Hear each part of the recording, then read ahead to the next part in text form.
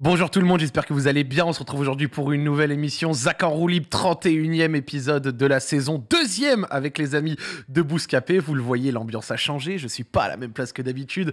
La DA est devenue bleu clair. J'adore le bleu, donc ça me fait très plaisir de pouvoir le faire. Lors de la première émission, vous l'aviez vu, j'étais avec le frérot colombien et avec SDM en tant qu'artiste. Aujourd'hui, on change un petit peu de paradigme. Je serai avec notre ami Thomas qui est avec nous ce soir. Bonsoir, comment vas-tu Thomas? Bonsoir, ça va. Je voudrais d'abord m'excuser auprès des viewers et auprès de Kalash aussi pour cette capillarité négative. J'ai pas eu le temps de passer chez le coiffeur, mais je suis très content d'être là. C'est une émission que je regarde beaucoup. Puis on a un invité extraordinaire. Elle est quand même pas mal là, ça va. Et t'as fait le faux modeste là. J'ai la nuque un peu longue. C'est pas trop mauvais au niveau des cheveux, t'es ok. Ça va. Ça fait super plaisir de t'avoir aujourd'hui Thomas. Ça va être la première émission qu'on fait ensemble, mais je suis sûr qu'on saura la mener à bien. Évidemment, j'ai aucun doute. Let's go, ça fait plaisir. Et aujourd'hui, vous l'aviez vu en invité, donc pas vraiment de faux suspense pour vous. D'ailleurs, nous sommes en live, je tiens à le préciser. Donc si quelqu'un pose la question, etc., on est en live, la tablette est là. Je vous vois le chat, vous allez pouvoir saluer et tout, c'est important. Et ce soir, les amis, vous le savez, nous sommes avec Kalash. Bonjour, monsieur Kalash, comment vas-tu? Salam alaikum, ça va bien, merci à vous. Ouais, allez comme Selem, c'est gentil, c'est gentil. C'est ton passage à Dubaï, ça. Non, ça va, en Kabylie. Ça va, tranquille, tu vas Ça bien? va, merci à vous, super. Ouais, tout roule, tout va bien ces derniers jours, t'as passé un bon week-end et tout. Ça va, bon week-end, du sport, de la promo, c'est cool, ça va. T'as un petit peu la forme et tout, c'est bien. Ouais, la forme, à fond. Quel genre de sport? Cardio, muscu, C'est important le cardio. foot des fois. Ouais, c'est bien, Ouais. ça. Tu taquines un peu? Je suis en défense, je suis chiant. T'es relou? Ouais. Je m'attendais pas parce que je me disais que c'était un défenseur quand même. Si, je suis défenseur. Tout le monde est attaquant maintenant, t'as vu? Non, moi je suis défenseur. Défenseur, milieu de Défense à terrain. gauche. Ah, c'est stylé. Ouais. Ah, en plus, attention, latéral. Ouais. Oh, le mec fait les allers-retours sur le côté Ouais. et tout. C'est fatigant le 5, mais c'est bien pour la forme. Ça fait plaisir. Le Ouais. général est là, exactement. On vous voit dans le chat, là, vous êtes content, ça fait très plaisir. Je te donnerai la chance de voir un petit peu le chat. Et en parlant de chat, moi je me pose la question.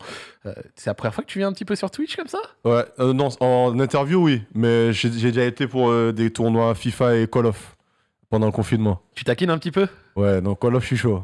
FIFA, je suis chaud avec mes potes, mais il y a des mecs beaucoup plus chauds. Mais Call of, je commence à être très très chaud. Je vais pas vous mentir, pendant le waiting screen, à un moment, il est sur son téléphone, donc c'est le seul. Hein. Et là, j'entends des bruits Warzone. Je me dis, mais attends, C'était une game d'hier soir que je regardais, que j'ai faite. Je vais te montrer tout à l'heure. Hein. Ah, c'est beau, Ouais. t'enregistres et tout, t'es J'ai parti. tué toute une team, je fais que la regarder la vidéo.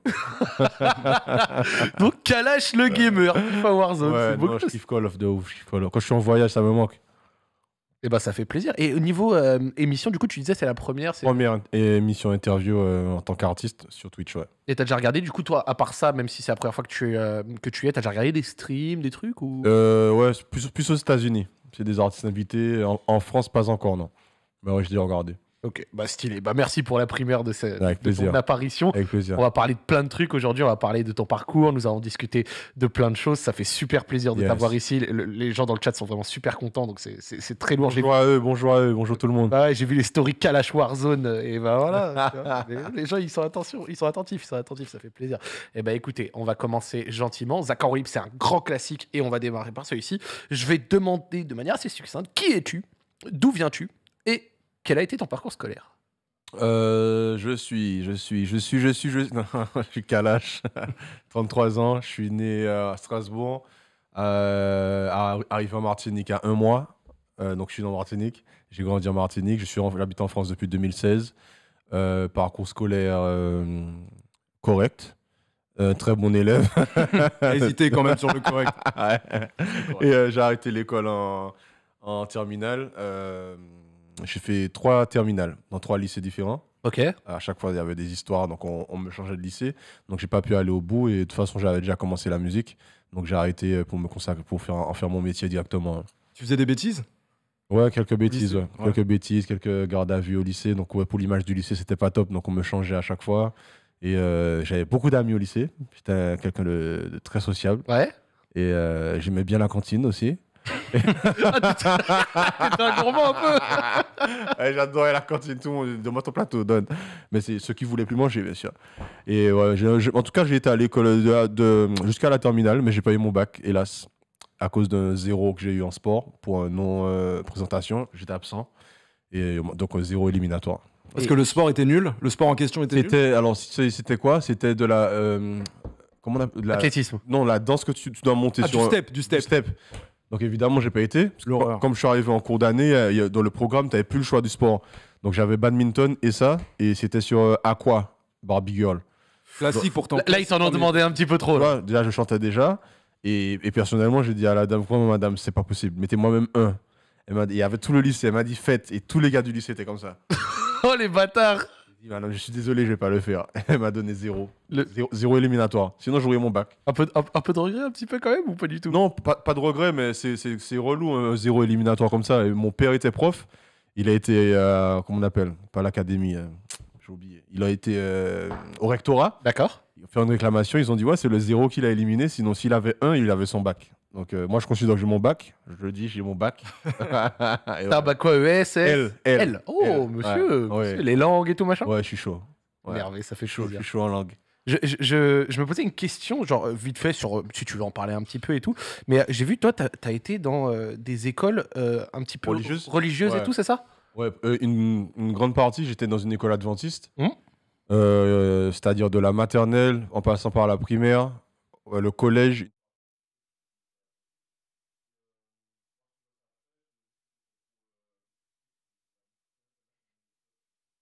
Oh, c'est relou ça.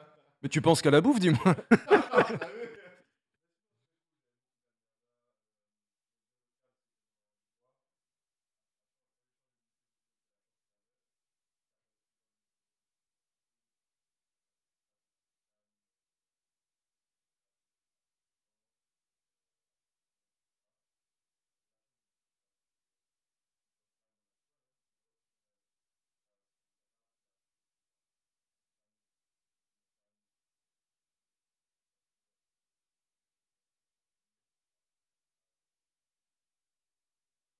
D'accord.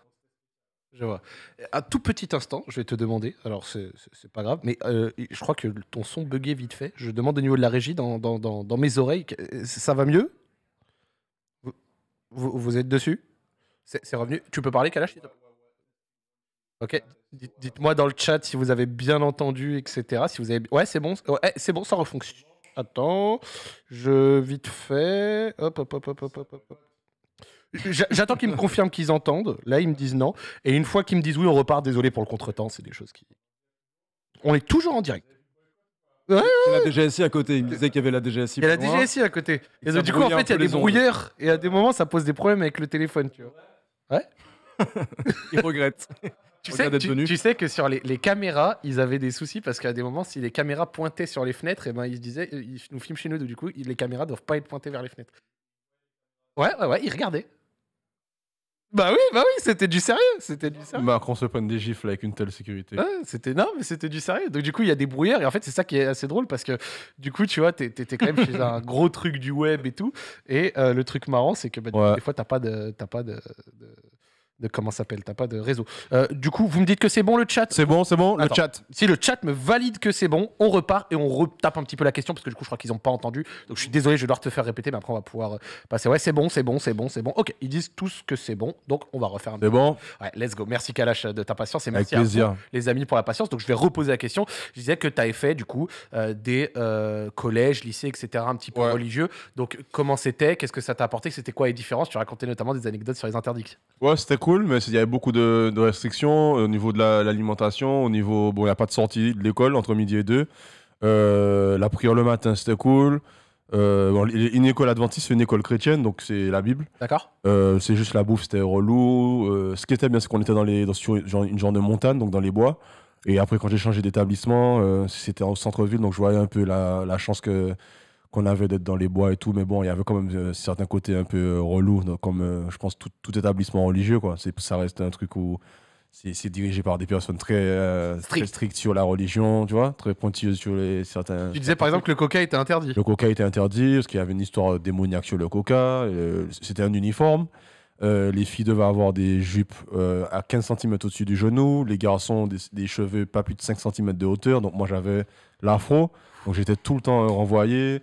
Ils appelaient ma mère. Ma mère disait, mais arrêtez de me casser les couilles avec ses cheveux. Vous avez qu'à aller que toi. Et ma mère, elle aime pas du tout Ah, bien sûr. l'autorité non plus. Donc ouais, au final, ils m'ont viré. Mais c'était cool. Ouais. Mon père, il était prof en plus. Il était prof de philo. Et lui aussi a été viré parce qu'il s'est battu avec le proviseur. Donc voilà. Quoi? Ils ont fait un package père-fils. Le père-fils, allez, cassez-vous. Il a pris sa retraite à ce jour. Il a jamais retravaillé. C'est marrant, c'est marrant. Bonjour papa. C'est assez drôle. Moi, je me posais une question à ce niveau-là parce que je suis jamais allé dans les îles, j'ai pas encore eu l'occasion de le faire. Et tu disais que tu as 33 ans. Du coup, quand tu étais au collège, lycée, etc., c'était plus ou moins dans les années 2000, fin 90-2000. Ouais.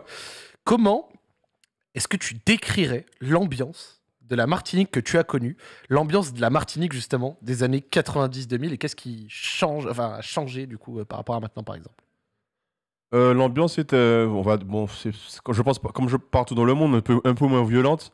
L'ambiance était moins, en tout cas, ma génération était trop petite, mais c'était moins festif là. C'est très très festif là. C'est-à-dire les gens passent beaucoup il y a beaucoup plus d'événements, de festivals, de trucs qui s'organisent.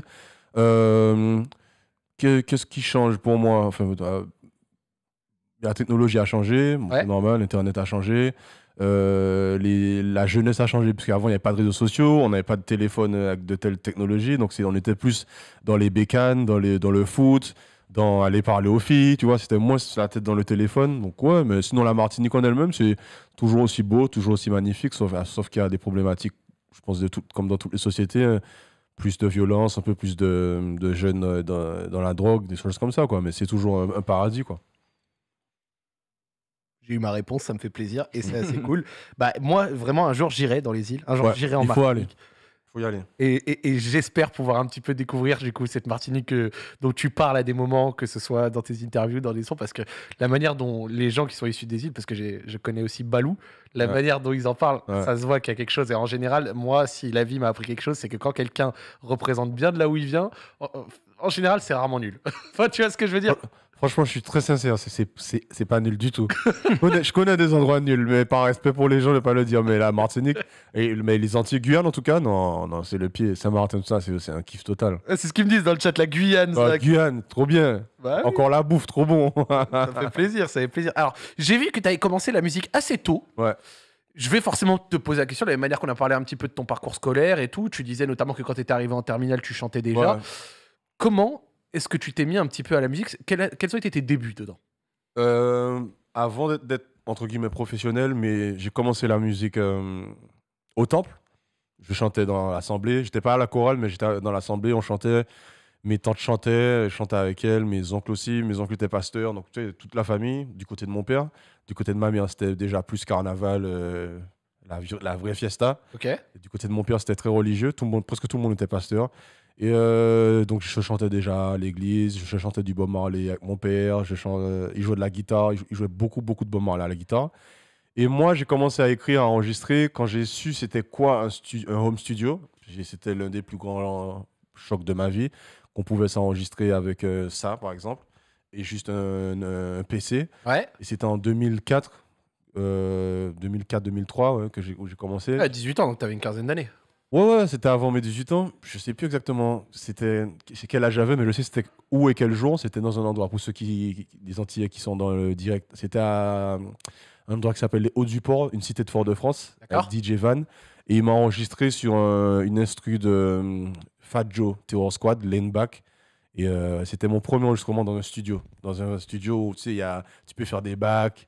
T'as le casque, t'as Acid, c'était là. Et tout a commencé là. Voilà. Et commencé par de la violence, du coup, parce que l'Inback, c'est. C'était un son violent. Ouais, c'était un son sur les flingues. Ouais. Et dedans. 2004, 15 balais. Et ça s'envoyait par MSN. Vous vous rappelez de MSN? Les Wiz. Les Wiz, monsieur. C'était avant les Wiz, parce que les Wiz, c'était une mise à jour d'après. Mais les envois MSN, c'était à te coucher à 19h, en tout cas chez nous. Et tu te réveillais genre à 7h pour aller à l'école, le son n'était pas passé. Tu vois. Donc j'essayais d'envoyer au DJ, je gravais des CD pour que ma mère puisse écouter et kiffait. Mon père un peu moins. Non, c'était l'inverse. Mon père kiffait, ma mère disait que c'était trop violent, c'était du bruit, travailler à l'école et tout comme ça. Donc c'était ça les débuts, voilà. Et c'est assez marrant parce que du coup, quand on t'entend des fois en interview, d'après, bon, bien sûr, tu disais que par exemple ton rappeur préféré c'était Tupac, donc l'un dans l'autre, il y a du sens, tu vois. Mais tu parlais aussi beaucoup du côté un petit peu genre festif, en sortant par exemple d'autres noms, tu vois, de sons peut-être un petit peu moins violents. C'est marrant que t'aies commencé par ça. J'aimais pas faire des sons festifs. Même dans ma chambre, j'écoutais pas de son festif, j'écoutais des sons festifs avec mes amis, mais dans ma chambre, j'écoutais. Quand j'ai commencé à avoir le lecteur CD, c'était les albums que j'avais, c'était Eminem, Busta Rhymes, Snoop Dogg, Tupac, Bob Marley. Mais la musique festive, j'aimais pas, j'aimais que la musique mélancolique, triste, pas forcément violente. Celle qui retranscrit des problèmes, qui Ouais, discute des tas ouais, de- que tu sais, la musique où tu es seul dans ta chambre, où tu sais, tu réfléchis même si tu comprends rien, mais tu sais, l'instru, il y a du piano. Et après, j'ai commencé à toucher à un peu tout, mais le dancehall festif, c'est ce que je faisais le moins, et ce que jusqu'à maintenant, où je prends le moins de plaisir, c'est ça. Oh. Je fais faire de la musique mélancolique, chansons d'amour, juste comme ça, mais la musique. En fait, la musique festive, je trouve que c'est simple à faire, donc c'est pas un truc qui m'excite à faire, mais j'en fais quand même. Je prends quand même un plaisir à en faire. Écoute, t'adores Jean-Jacques Goldman. J'adore Jean Goldman. Ouais. Gros respect à Jean-Jacques. Ouais. Je me permets. Jean-Jacques. Goldman. Moi, je me permets de l'appeler Jean-Jacques. C'est fort. Francis aussi, je le kiffe. Francis Lalanne. Donc, Cabrel. Ton jamais, pardon. Dommage, on peut pas couper cette Ouh, séquence, rond de mais- cuir. Rond de cuir. Il n'y a pas de montage ici. Ah, nous sommes en direct. Dommage. Oui, Francis Cabrel, bien sûr. Mais attends, Francis Cabrel, classic man. Je peux me permettre, bien sûr. Thomas, il a essayé un petit peu de. On essaye. Il y a un point que tu aimerais voir au milieu de ce qu'on est en train de dire? Non, écoute, pour Jean-Jacques. l'instant, c'est limpide. Peut-être, oui, j'ai lu que ton père écoutait beaucoup Lenny Kravitz aussi. Ouais. Donc, dans ce genre un peu, Lenny Kravitz, bon, c'est pas du rap. Je pense que Mm-mm. pensez à personne. C'était quoi les autres trucs que t'écoutais, que t'entendais à la maison? À la maison, Lenny Kravitz, Kenny G, c'est un saxophoniste, un trompettiste saxophoniste, Bob Marley, Gilles Floro. Il y a un groupe de gospel qui s'appelle. J'oublie, un groupe américain, bon, j'oublie. Groupe américain de gospel, t'inquiète, le chat ils sont forts, ils trouveront. Allez, trouvez-moi ça, s'il vous plaît. Un groupe américain de gospel, il fait des chansons d'amour et des chansons religieuses aussi. T'inquiète, bizarre, je les ils sont forts, oublie. ils sont forts, ils te trouveront. Et voilà, plutôt des trucs comme ça. Mais mon père, au niveau reggae dancehall, mon père, c'était 100% Bob Marley. Ok. Énervé, ça fait plaisir. Ouais. Mais c'est assez Boys marrant. to Men. Boys to Le Men. groupe Boys to Men. Et bah, première réponse, il a dit Boys to Men. Ah, alors. Deuxième réponse, il a dit Fugees. Et la troisième, c'est à nouveau Boys to Men. Il y avait du Fuji aussi, mais c'était après, ouais. Ah, c'est beau, c'est sont beau, bons, ils sont c'est bons, beau. ouais. Eh, ils sont forts, ils sont Papa sort du chat. Ils sont forts. Non, ils sont forts dans le chat. C'est beau, c'est beau. Ça me fait plaisir. Moi, ce qui est assez marrant, c'est que j'ai vu, du coup, tu as commencé un petit peu la musique, comme tu disais, dans les années 2004, 2005. On peut retrouver, je crois que tu avais quelques singles, quelques sorties. Je crois que tu étais sur des compilations, des choses comme ça. Avant, au bout d'un moment, en 2010, de sortir un premier projet, un projet éponyme, qui s'appelle, du coup, Kalash, et qui commencera à te présenter, à te faire connaître un peu parmi le public caribéen, celui des îles, etc. J'ai réécouté certains sons, notamment un qui... Alors, excuse-moi si je écorche le nom, c'était Grand quelque chose, je crois. Sur le Kalash Ouais, sur le sur premier le Kalash, ouais. C'est quoi? Regarde, même pas besoin de se casser la tête, je vais aller checker, Ouais, je vais te dire ouais, exactement celui ouais. que j'ai écouté. On a le temps. Et en fait, Oh là là. ouais, on est tranquille, tu vois, il n'y a pas de souci. Royal, ça. Et vraiment, moi, j'avais bien aimé la vibe que tu as mis dedans. Et surtout, on sentait que c'était un peu la façon de faire de la musique en 2010. Tu vois ce que je veux dire ou Fais pas? voir, je veux te dire là, direct, tu vois. Ouais, je vais te dire tout de suite lequel c'était. Il m'a dit grand. Hop. Je me suis peut-être. Je vais te dire. Non, pas grand. C'était Prends-Pied. Ah Excuse-moi. ok, oui. Ouais, c'est le plus gros succès de l'album, d'ailleurs. C'était. Et ben, c'est lui que j'ai réécouté tout à l'heure. Ouais, c'était le plus grand succès de l'album. Prends pied, ça veut dire s'amuser. Et c'est le son que j'aimais le moins de l'album. C'est un son festif. Le flair, t'as le. Ouais, j'ai encore le flair. Et c'est un son de Lieutenant. Et Lieutenant, il m'a dit non, c'est sûr que c'est un hit. Et quand on l'a fait, ben, c'est devenu le plus gros son des Antilles. C'est le premier clip dans la Caraïbe à faire 1 million de vues sur YouTube. Stylé, ça. L'histoire, ouais, c'est Prends pied avec Lieutenant. Et ce son nous a fait faire quitter la Martinique en tournée. Très bien. Toute la France, de haut en bas, Belgique, Allemagne, Canada, Nouvelle-Calédonie, Réunion, beaucoup. Donc on a beaucoup pris l'avion avec ce seul morceau. Enfin, en tout cas, c'était le plus gros son que les gens attendaient en concert. C'était le final, quoi. Prends pied, ouais. Et avant de discuter peut-être un petit peu du fait, quand tu es un artiste au début, d'avoir un single qui fonctionne de fou, comment est-ce que genre, ton évolution musicale t'a fait de commencer en 2004 à enfin pouvoir produire un premier album? Ça a été quoi le cheminement logique qui t'a permis? Parce que même si à l'heure actuelle, sortir un album pour beaucoup d'artistes, c'est faisable, t'as pas vraiment besoin de label, tout ça, machin. En 2010, c'était quand même une prérogative et il fallait quand même un petit peu de trucs. C'est quoi qui t'a mené à pouvoir le faire?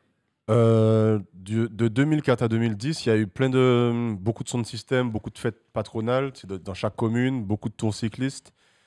les sons de système, comme j'ai dit, et des sons qui étaient que street, mais qui tournaient sur les clés USB ou MSN, etc. Il n'y avait pas WhatsApp.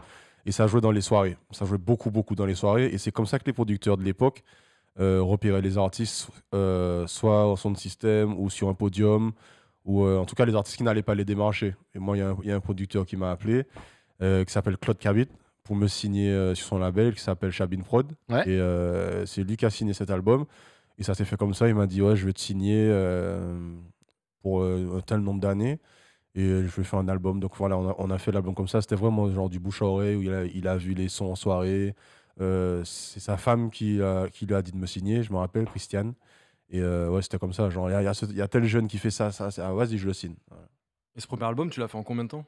En 2-3 mois. Ah, c'est 3 hyper mois. rapide. Ouais, ça a été rapide. Ouais. C'est très rapide. Parce que tu avais déjà beaucoup de trucs coffrés et du coup, ça a été juste une sélection ou Ben, parce que... en fait, dès que je commence un album, de l'époque jusqu'à maintenant, je fais comme si rien n'existe avant. Ok. De la date où on commence un album, tout ce qui va être sur l'album sera créé de cette date. Il n'y a rien de. Il y a pas de Efface ce qu'il y a avant. Il n'y a pas de rétrospective. Encore à l'heure actuelle. Ouais, jusqu'à même le Tombolo, il n'y a aucun son qui soit sur l'album qui a été créé avant le jour. On a dit, on part faire un album avec Play Two. Non, il n'y en a aucun. C'est ouf quand même, parce que tu vois, il y a par exemple certains artistes qui peuvent se servir des sonorités d'avant, ou alors de la vibe qu'ils avaient avant, pour peut-être soit construire un nouveau truc, soit aller totalement à rebord. Toi, vraiment, quand tu commences à faire un album, toi, tu te dis, tout ce que j'ai fait avant, Ouais. ça ne rentre pas en ligne de compte. Non. Donc, du coup, par exemple, tu peux refaire quelque chose. C'est comme si quand je sors l'album, si je sors un son d'avant, je le sortirais hors album ou je vais l'offrir aux gens, tu sais, genre. En single. Tu sais, des fois, je faisais ça à Noël, je donnais aux gens 500 gratuits, tu vois, des trucs comme ça, mais sur l'album, non. Du coup, c'est par choix ou c'est parce que t'es très vite blasé de ce que t'as fait avant ou parce que tu passes... C'est parce que je suis très vite blasé, ouais. Ok. C'est ça, en fait. C'est que ça me dit plus rien. Ouais, je suis vite. Même les sons de l'album, comme l'album, des fois, prend 1 an, je me dis, ah ouais, ce que j'ai fait il y a 1 an, j'enlève. Tu vois, c'est vraiment, je suis blasé, quoi. Sauf si c'est un hit, que je sens que c'est un hit, ou que mon entourage me dit, non, non, celui-là, par contre, faut pas le jeter, quoi. Et donc, au moment où l'album sort, est-ce que t'es déjà blasé de l'album qui sort au moment où il sort ou pas À moitié, oui. C'est vrai? Ouais, parce que tu l'as déjà écouté sous toutes ses formes, mais un demi-milliard de fois, avant même d'avoir le retour des gens. Moi, je l'écoute pas, perso, quand je suis seul, mais par exemple, je vais en Martinique ou je suis avec mes amis en France, je le mets, mais je dis rien, tu sais, juste pour observer, j'en sais de mes cobayes. Et là, je le réécoute, tout ça, et je le redécouvre avec eux, mais c'est pour ça que j'arrête d'écouter. Je me blase. Là, j'écoute pas cet album. C'est pas la première fois que tu dis ça, parce que dans une autre interview, tu avais dit que, par exemple, pour trier les sons en vue d'un album, donc souvent tu vas en faire 40, 50, 60, bon, ça dépend, je suppose. Et tu disais que des fois, dans une soirée, un truc comme ça, tu calais un son, ici et là, entre deux sons, pour voir un peu la réaction des gens, comment ils allaient le prendre. Entre deux tubes qui connaissent bien, genre de, je sais pas, Davido et Future, je cale un son à moi, sans dire que c'est un son à moi, sans dire que c'est pas sorti. Et je regarde. Et comme c'est des.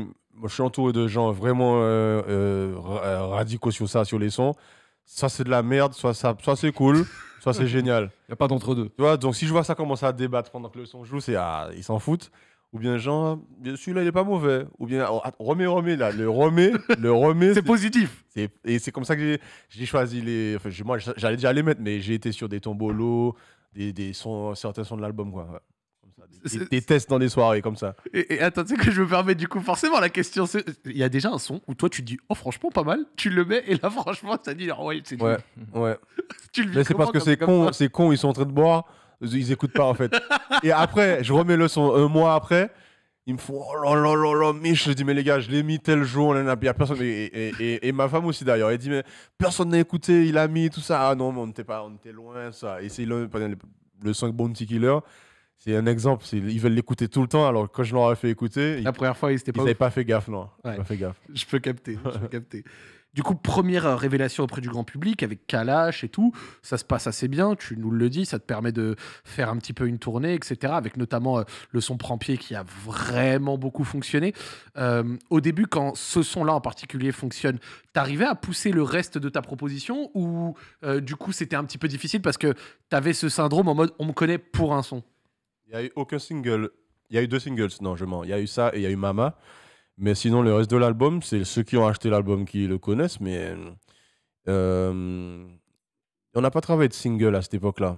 J'ai pas eu. Tu sais, il y a des fois, tu fais des albums où il y a un morceau qui porte tout l'album, tu n'as même plus besoin de promo. En tout cas, à l'échelle où j'étais là, comme par exemple, Makamoun, il ne suit pas eu de promo. Makamoun a éteint l'album. Tu vois, il y a des fois, ça arrive comme ça où les gens écoutent l'album maintenant, ils disent ah putain, c'est quoi? Ou bien je mets des stories d'un son, ils me disent ça sort quand? C'est sorti, les gars, à 6 ans, tu vois. Ça arrive souvent, ça. Ça te frustre? Par exemple, on en parlera après, j'imagine, mais Un sur peu, Wakamoon, ouais. Un peu, parce que ça fait comme si c'était des sons que j'aurais pu ne pas mettre dessus et sortir après, comme le son avec Vibes Cartel, des trucs qui me tiennent à cœur, où les gens disent putain, à quand le son avec Vibes Cartel? Je mets sur Snap le son, ils disent ah, ça faut le sortir, mon frère. Je dis mais c'est sorti sur Wakamoon en 2017. Tu vois? Le son avec Vibes Cartel, j'ai vu que ça te tenait à cœur parce que Vibes Cartel, tu lui avais un gros C'est respect. mon top 3, tu vois. Mais ouais, il y a les gens, aujourd'hui, les gens c'est souvent bloqués sur un ou deux gros singles et découvrent des sons après, quoi. C'est un phénomène normal. Ouais, c'est normal, il y a trop d'albums.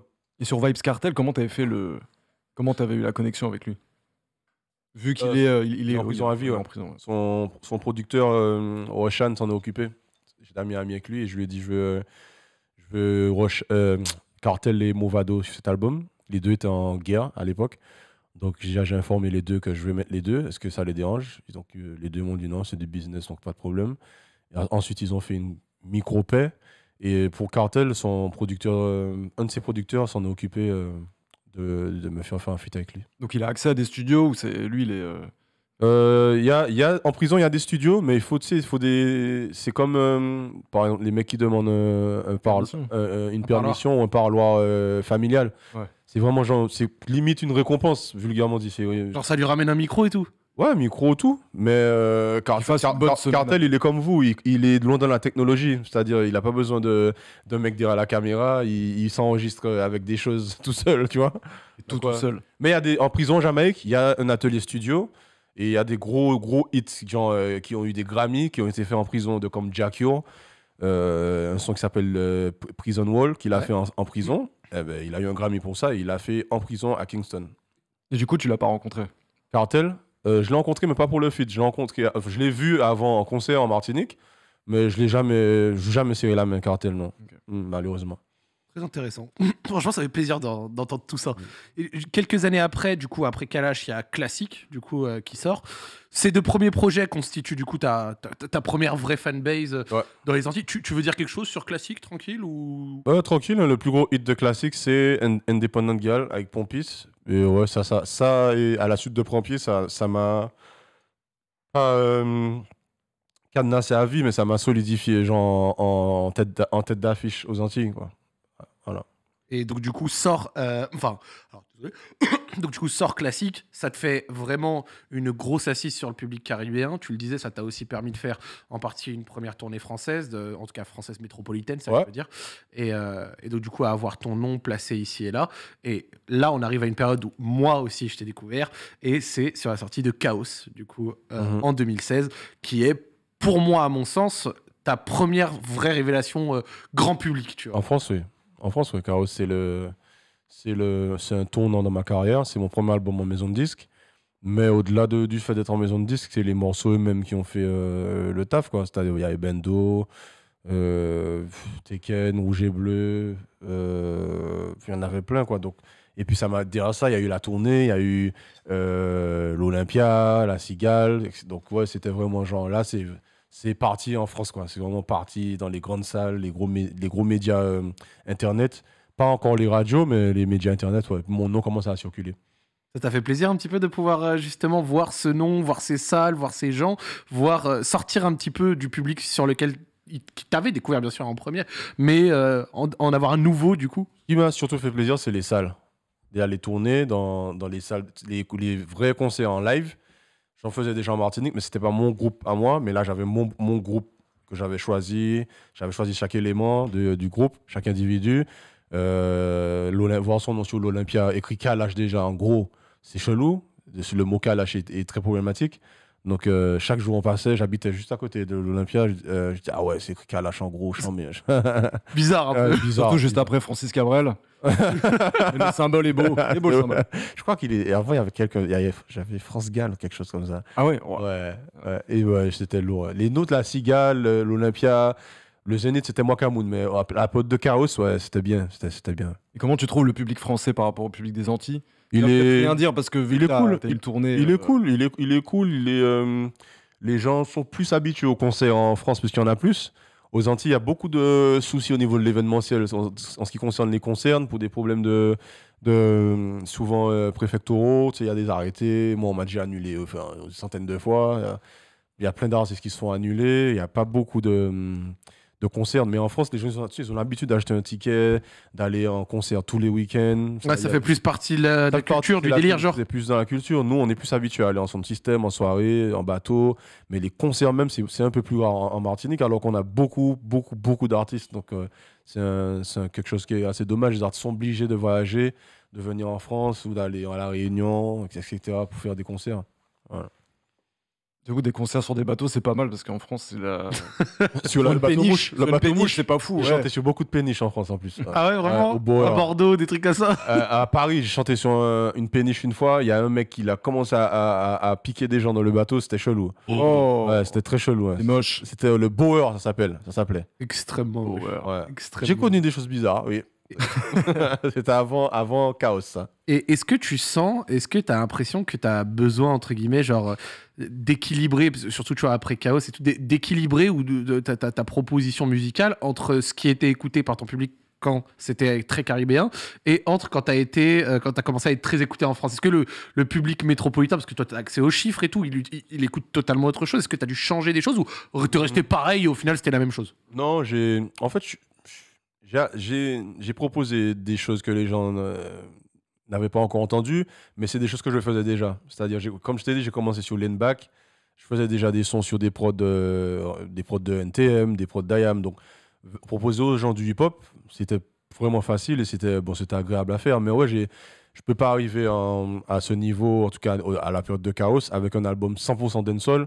Si je signe à Universal, c'est pas pour faire un album 100% dancehall et mettre à part une partie du public qui me kiffe, tu vois, Bendo, même s'ils comprennent pas, mais ça reste du hip-hop. Mais non, j'ai dû adapter, ouais. C'était un choix, il y a eu des calculs sur certains morceaux, d'un certain format pour accrocher les gens. Mais en concert, c'est pas nécessaire parce que quand tu fais tes concerts et c'est ta salle de concert, le public qui vient, c'est ton public. Donc même si c'est 100% dancehall, ils vont kiffer les 100% dancehall. Mais quand tu fais un festival où tu vas chanter dans des endroits où les gens sont pas venus voir Kalash, il y a plusieurs artistes, ou c'est genre une boîte de nuit, c'est bien tu vas chanter dans une boîte sur les champs ou à Saint-Tropez, à Cannes, de leur proposer des trucs qui, entre guillemets, qu'ils comprennent mieux, quoi. Tu vois, D'accord. comme, du hip-hop et pas du 100% reggae dancehall. J'allais dire, est-ce que tu sens une scission entre ton public qui te kiffe sur des morceaux rap et ceux qui te kiffent sur du Oui. soul ou autre chose? Oui, Tu oui, sens oui, que oui. c'est pas le même public? Il y en a beaucoup qui kiffent les deux, mais des fois, quand je chante les morceaux dancehall, je vois certains mecs ou même certaines meufs qui sont comme ça. Nan, nan. Ils attendent que ça Et passe. quand ça passe en trap, en hip-hop, ils se soulèvent, ils mettent les meufs sur leur dos. Je vois la différence directe. Ok. Mais des fois, même, je leur parle. Je leur dis, ta partie arrive, t'inquiète. Non, mais ça fait plaisir. C'est un de jeu faire entendre. d'équilibriste. Ouais. Voilà, c'est ce que j'ai dire. En fait, moi, vraiment, moi, c'est ça que je trouve incroyable, enfin, et vraiment très intéressant sur ta proposition musicale. C'est que j'ai l'impression que c'est constamment ce jeu d'équilibriste Ouais. entre ta proposition hip-hop un peu plus rappeur, tu vois, entre guillemets, qui te représente total, parce que tu viens de la rue, des choses comme ça, t'as vécu des choses et tout. Le côté un peu plus, et ça se voit que t'aimes bien les faire aussi, les sons un peu plus love, tu vois, qui vont à des moments, sans aller dans le cliché, mais tu vois, plaire à un public féminin, des trucs comme ça va parler à beaucoup de gens. Et le côté un peu pull-up, tu vois. Et qui, là, j'ai l'impression, c'est aussi une grosse culture que tu tiens également des îles et du côté festif qu'on aime bien avoir là-bas, tu vois. Ouais, j'ai pas envie non plus d'habituer les gens à oublier cette partie-là. Mais ouais, il faut beaucoup rappeler ce côté-là aux gens. Parce que des fois, je sors un gros dancehall en janvier. En juillet, quelqu'un va dire ah, c'est dommage, on a perdu Kalash. Ça fait vraiment très longtemps qu'il fait plus de dancehall. Ça peut blaser, ça. Il veut son son de l'été, lui. Qu'est-ce qu'il raconte, frère? Qu'est-ce que tu racontes? Tu vois, donc je suis tout le temps obligé de satisfaire tout le monde. Il y a des artistes qui font un album sans manque de respect. Par exemple, un Nino, il va te faire un album de la piste 1 à la piste 15. Oui. C'est Nino. Moi, de la piste 1 à la piste 21, t'as l'impression que t'as parlé à 20 mecs différents. C'est Split, le C'est film. une partouze, tu vois, mais moi, je suis obligé parce que j'ai plein de cultures et j'ai plein de publics. J'ai plusieurs communautés. Donc ouais, mais après, ça me fait kiffer de faire ça. Mais c'est juste que après, les choix de singles, c'est plus compliqué. Tu dois savoir lequel je fais. C'est technique. Zach, tu disais public féminin, mais pardon, Zach, il y a certains sons très zouk qui plaisent aussi énormément aux mecs. Ah bah bien entendu. Alors on là- est totalement d'accord. Alors là, Je les vois en show. On est totalement d'accord. Il y en a un dans le chat, il s'appelle Cantimal. Et il a dit ma femme accouche en novembre, décale la date de Paris d'un mois s'il te plaît. Ben, elle peut accoucher avant le 29.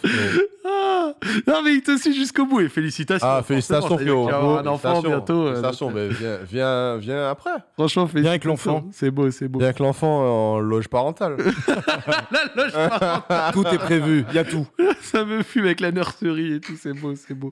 Je me permets juste une petite remarque avant qu'on continue. J'ai un ami à moi qui est dans le chat, il s'appelle Freeman, d'accord, et il est grand fan de toi. Yes, I Freeman. Il t'aime vraiment beaucoup. Tu peux lui mettre une petite dédicace. Big up Freeman.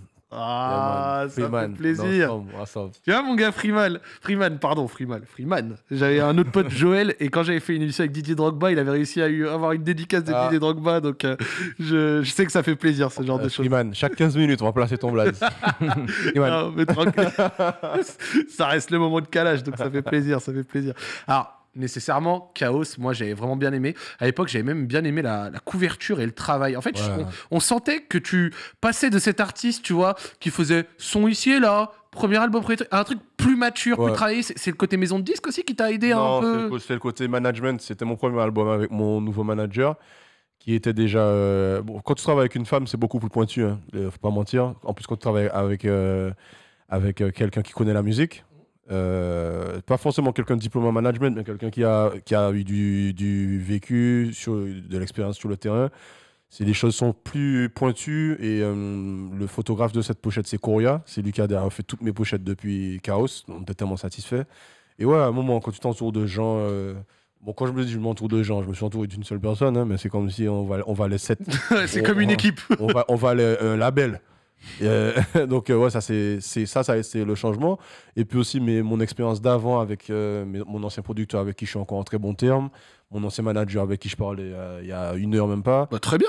J'en tire des trucs et puis même lui il m'appelle, il me dit ouais, si je peux faire un truc ou avant de sortir l'album on a été le voir, on lui a fait écouter par exemple, tu vois, j'aime bien cette reconnaissance là, lui montrer qu'on n'est plus ensemble, mais lui-même il m'a dit quand je lui ai dit on va se séparer, il m'a dit ouais là ma limite s'arrête là, ce que je peux faire pour toi, tu vas partir avec Clara, j'ai dit ouais je m'en vais avec Clara.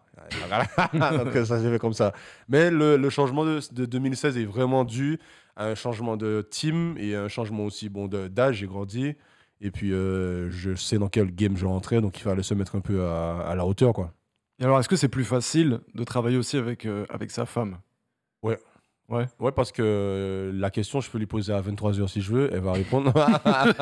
Il y a moins de délai, c'est plus tac au tac. Non, et puis c'est surtout, non, blague à part, c'est plus facile pour moi, en tout cas, parce que je me sens plus moins seul quand t'es en tournée. C'est-à-dire, t'es moins seul au niveau même. C'est-à-dire vraiment seul, la solitude. Humain. Quand tu es en tournée, tu peux, voilà, le côté humain, tu peux être avec, comme j'ai toujours été avec 5, 6, 7 potes et tu te sens seul. C'est-à-dire que tu n'es pas dans le même délire. Des fois, les potes veulent faire la fête plus que l'artiste. Ils veulent pas dormir. Des fois, ils veulent se taper alors que ça va tout niquer. Ça va niquer la tournée, tu vois. C'est beaucoup de Quand trucs à gérer. Ouais. Quand tu es avec quelqu'un et que tu peux te reposer dessus, en vrai, c'est une sécurité hors de la sécu des mecs qui sont avec moi. Mais tu te sens plus en sécurité quand tu es avec quelqu'un de confiance. Voilà. C'est elle qui prend l'argent. C'est elle qui compte l'argent. J'ai pas besoin de passer derrière, tu vois. Il n'y a pas de stress. Ouais. Non, il y a zéro stress. Avant, je racontais toujours. 10 fois. Je mettais mon cousin là, je lui dis, compte avec moi. Ah, non, c'est mieux, c'est beaucoup mieux. En plus, ce qui est bien, c'est que tu as notamment donné un exemple. Je crois que tu en parlais dans ton interview Le Code. Tu disais que ta femme, elle t'a déjà conseillé sur certaines sorties, des choses comme ça. Je trouvais nul. Et que voilà, toi, tu avais des sorties que tu trouvais pas ouf. Ta femme, elle te disait, si, franchement, c'est vraiment pas mal, Ouais. tu devrais. Et au final, elle avait raison. J'imagine ce que j'ai raté avant de la connaître alors. Je vais faire une rétrospective. Mais bon, ouais, des sons comme Bendo, c'est un exemple incroyable. Bendo, Tekken. Il y en a d'autres. Est-ce qu'elle s'est déjà trompée?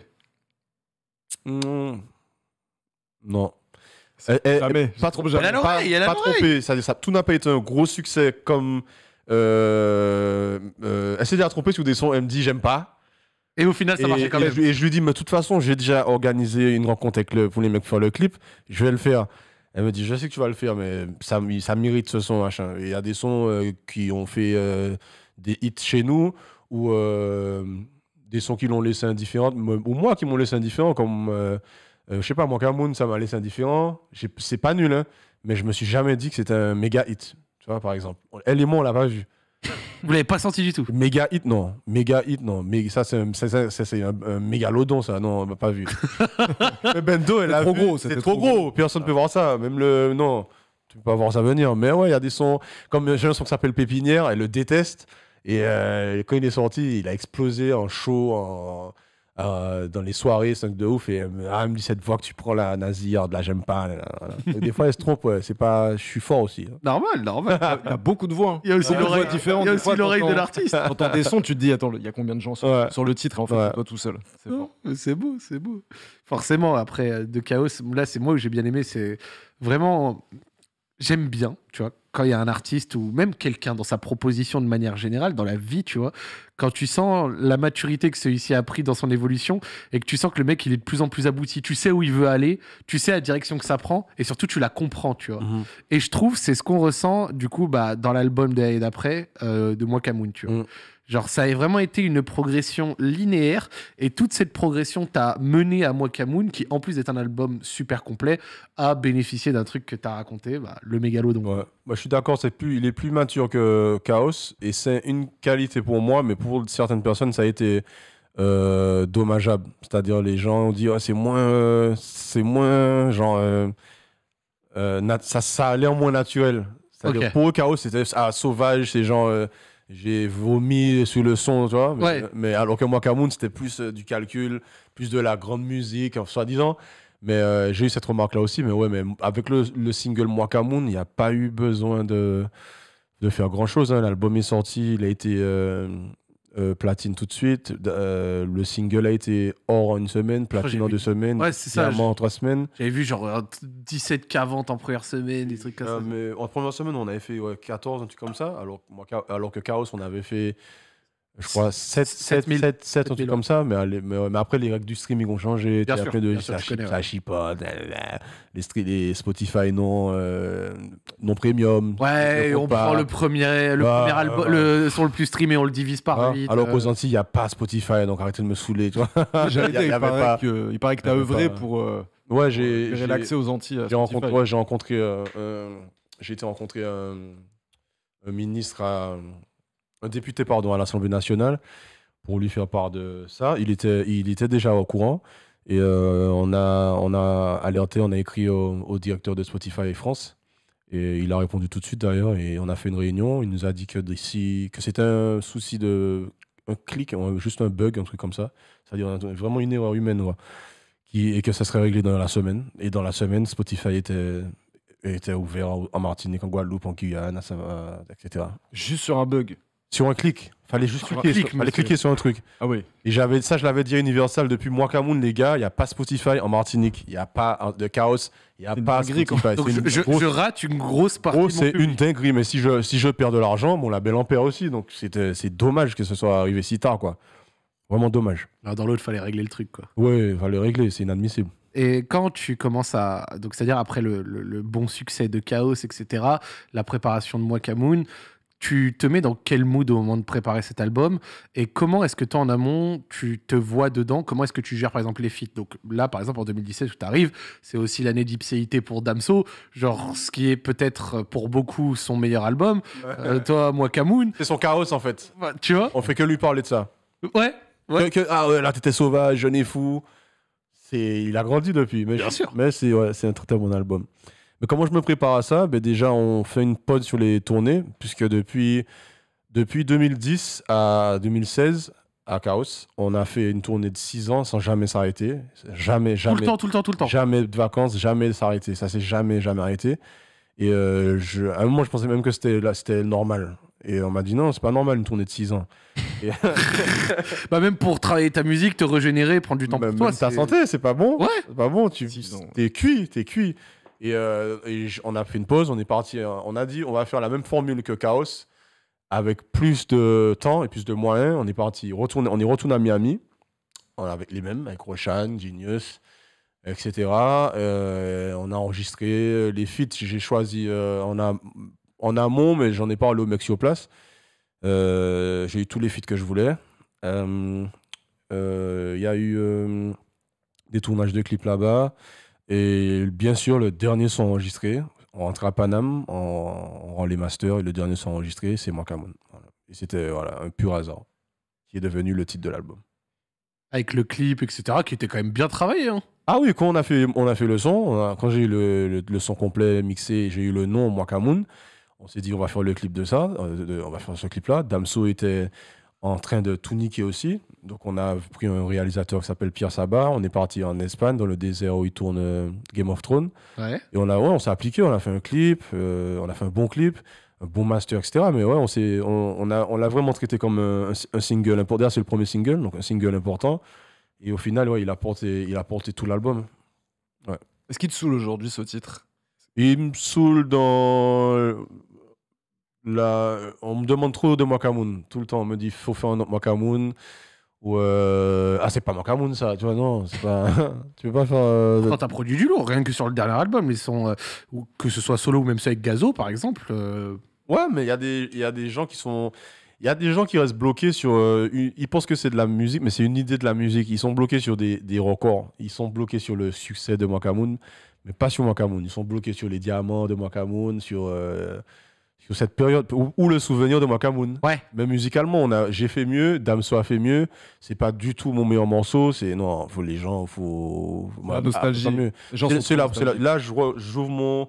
Si j'ouvre mon Spotify artiste, je suis sûr qu'il est dans le top 3. Encore du mois là, tu penses? Alors, on va faire des 7 jours. Ouais, allez-y. Elle les a mis un Spotify artiste de haute volée là. Quelqu'un qui a Regarde, plus de des 2000 7 jours. 1, tu le sais. 2, Makamoun. 3, Tombolo.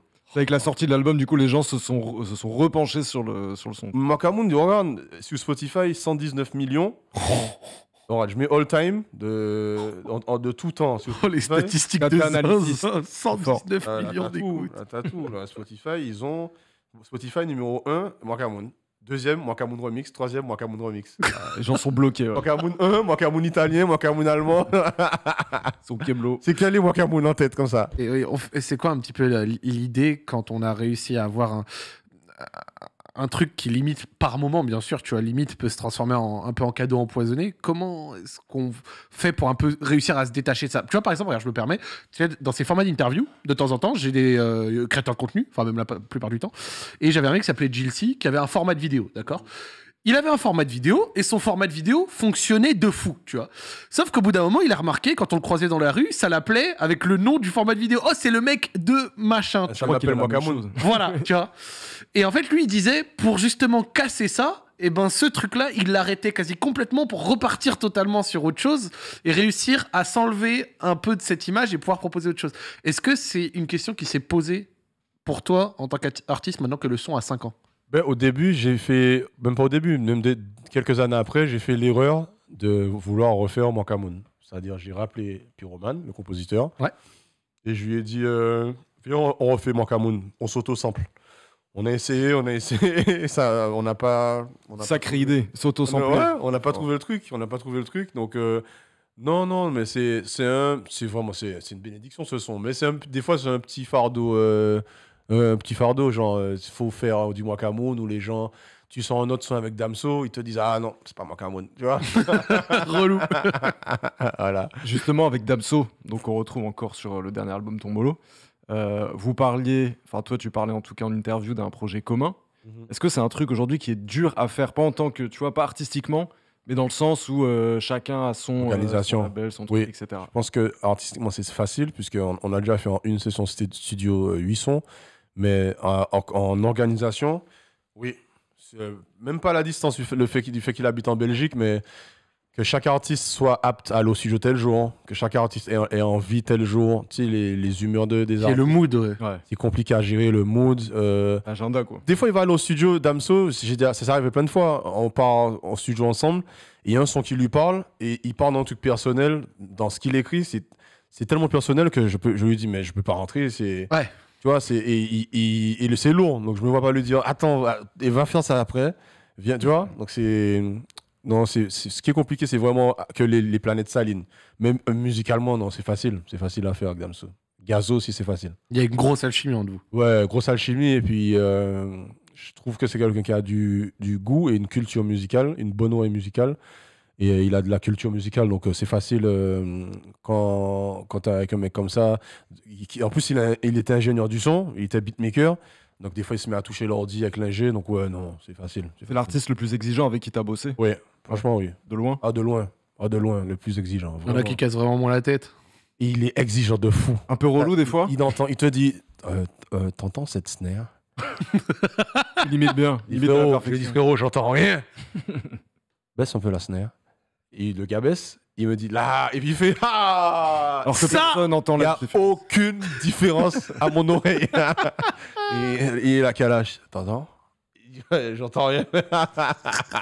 Limite. Et le mec, il entend ça, on est 20 dans le studio. Hein. Ça a fait la fête, Richie, il est en train de danser derrière. J'ai dit, frérot, j'entends rien. Non, Damso, c'est vraiment un phénomène. Je sais pas qu'est-ce qu'il entend, mais il entend des trucs, en tout cas, ça marche. Ça marche bien, ouais. Ça marche très bien, même. ça Tu marche. parlais d'un son très fâché que t'as fait avec lui, qui aurait pu se retrouver. Est-ce qu'on va avoir le droit un jour d'entendre ça ou pas? Ces jours-ci, je suis en train de travailler Damso. Ah, Et je me suis réveillé à 3h du matin, je suis marqué sur Insta, il a écrit Kalash, je suis dessus. J'ai dit, ah, ça y est. il m'écrit et il me dit, je t'envoie la V13. Oh. C'est-à-dire qu'il m'a envoyé 13 versions, Waouh. et il me dit, ouais, je préfère la V5, elle a quelque chose en plus que la V7. Bah, la snare, hein. La petite snare. qui Et entend. attends, À et toi, chaque t'as fois, tout écouté. il y a une différence. En général, la différence, elle est dans un piano qui frôle, ou un piano qui est plus église, cathédrale, que contemporain. Tu vois, des détails comme ça. Un truc que t'entends pas à 3h du mat, en l'occurrence. Mais ça, on s'en fout, ça va rien changer. Ouais, mais c'est le souci du détail. Mais c'est le souci du détail qui fait que quand il sort un truc, c'est... déjà, le meilleur point, c'est qu'il est satisfait à 100%. Ouais. Donc, il défend le truc au maximum et lui, il a aucun regret. Donc, ouais, ça, c'est particulier. Mais donc, moi, là, je le laisse faire à fond parce que à chaque fois qu'il m'a fait ça, c'était bon. Mais là, on a un là. Là, je lui dis, frérot, même si t'es malade, il y a un accident, on fait le clip, on sort ça. Let's go. Il m'a dit, ouais, non, il m'a dit, c'est chaud là. Là, j'ai compris le voyage que t'as vu, Kalash. J'ai compris. Il est très spirituel. Non, il est dans la galaxie. Ok. Il est en Franchement, l'air. si les aliens reviennent sur Terre, je pense que c'est le premier artiste avec qui ils vont échanger, c'est lui. Ils vont se comprendre. Je vais les regarder, je serai là. Non. Il va se passer une connexion. Il va se quelque passer chose. un truc, il va faire un son avec eux. T'inquiète, cette nuit, t'as la V15 là qui arrive. Il y en a, il a dit la perf de Kalash sur I Love You, c'est trop. On dirait Tugger Prime, le son passe en merci. boucle dans ma tête. Merci, mon ref. Il y a des gens, ils aiment bien. En plus, ce son, il a la bonne ref. Ce son, il m'a été inspiré par Young Thug, que j'écoute beaucoup. Et quand je prends cette voix Nasir là, c'est souvent par rapport à mon influence Young Thug, qui était avant Lil Wayne. C'est-à-dire, pour moi, Young Thug, c'est un nouveau Lil Wayne. Ouais, carrément. Même Drake, à un moment, il ressemble beaucoup à Lil Wayne. Chris d'Iconic en parlait Ouais. dans une Donc vidéo. moi, c'est beaucoup l'école Lil Wayne. Mes premiers tatouages, c'était par rapport aux photos que je voyais de Lil Wayne. Mes locks, c'était pas par rapport à Bob Marley, c'était par rapport à Lil Wayne. Donc ouais, Young Thug, ouais, c'est un artiste qui m'influence beaucoup sur certaines voix que je fais. C'est quoi ton son préféré de Young Thug? Je fais une petite parenthèse. Ouais, vas-y, on voit. On sait qu'il y a beaucoup de gens. Check. Il y a plusieurs, non, il y a Check, mais il y en a un autre qui s'appelle Deserve It, Worth It. Worth It. Je l'ai pas en tête. Il fait Tu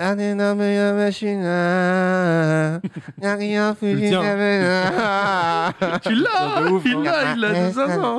En tout cas, on espère qu'il va sortir de ses problèmes. Parce que... Putain, quelle histoire, quelle Bien. histoire. Très très compliqué. C'est beau, Ça sent pas bon.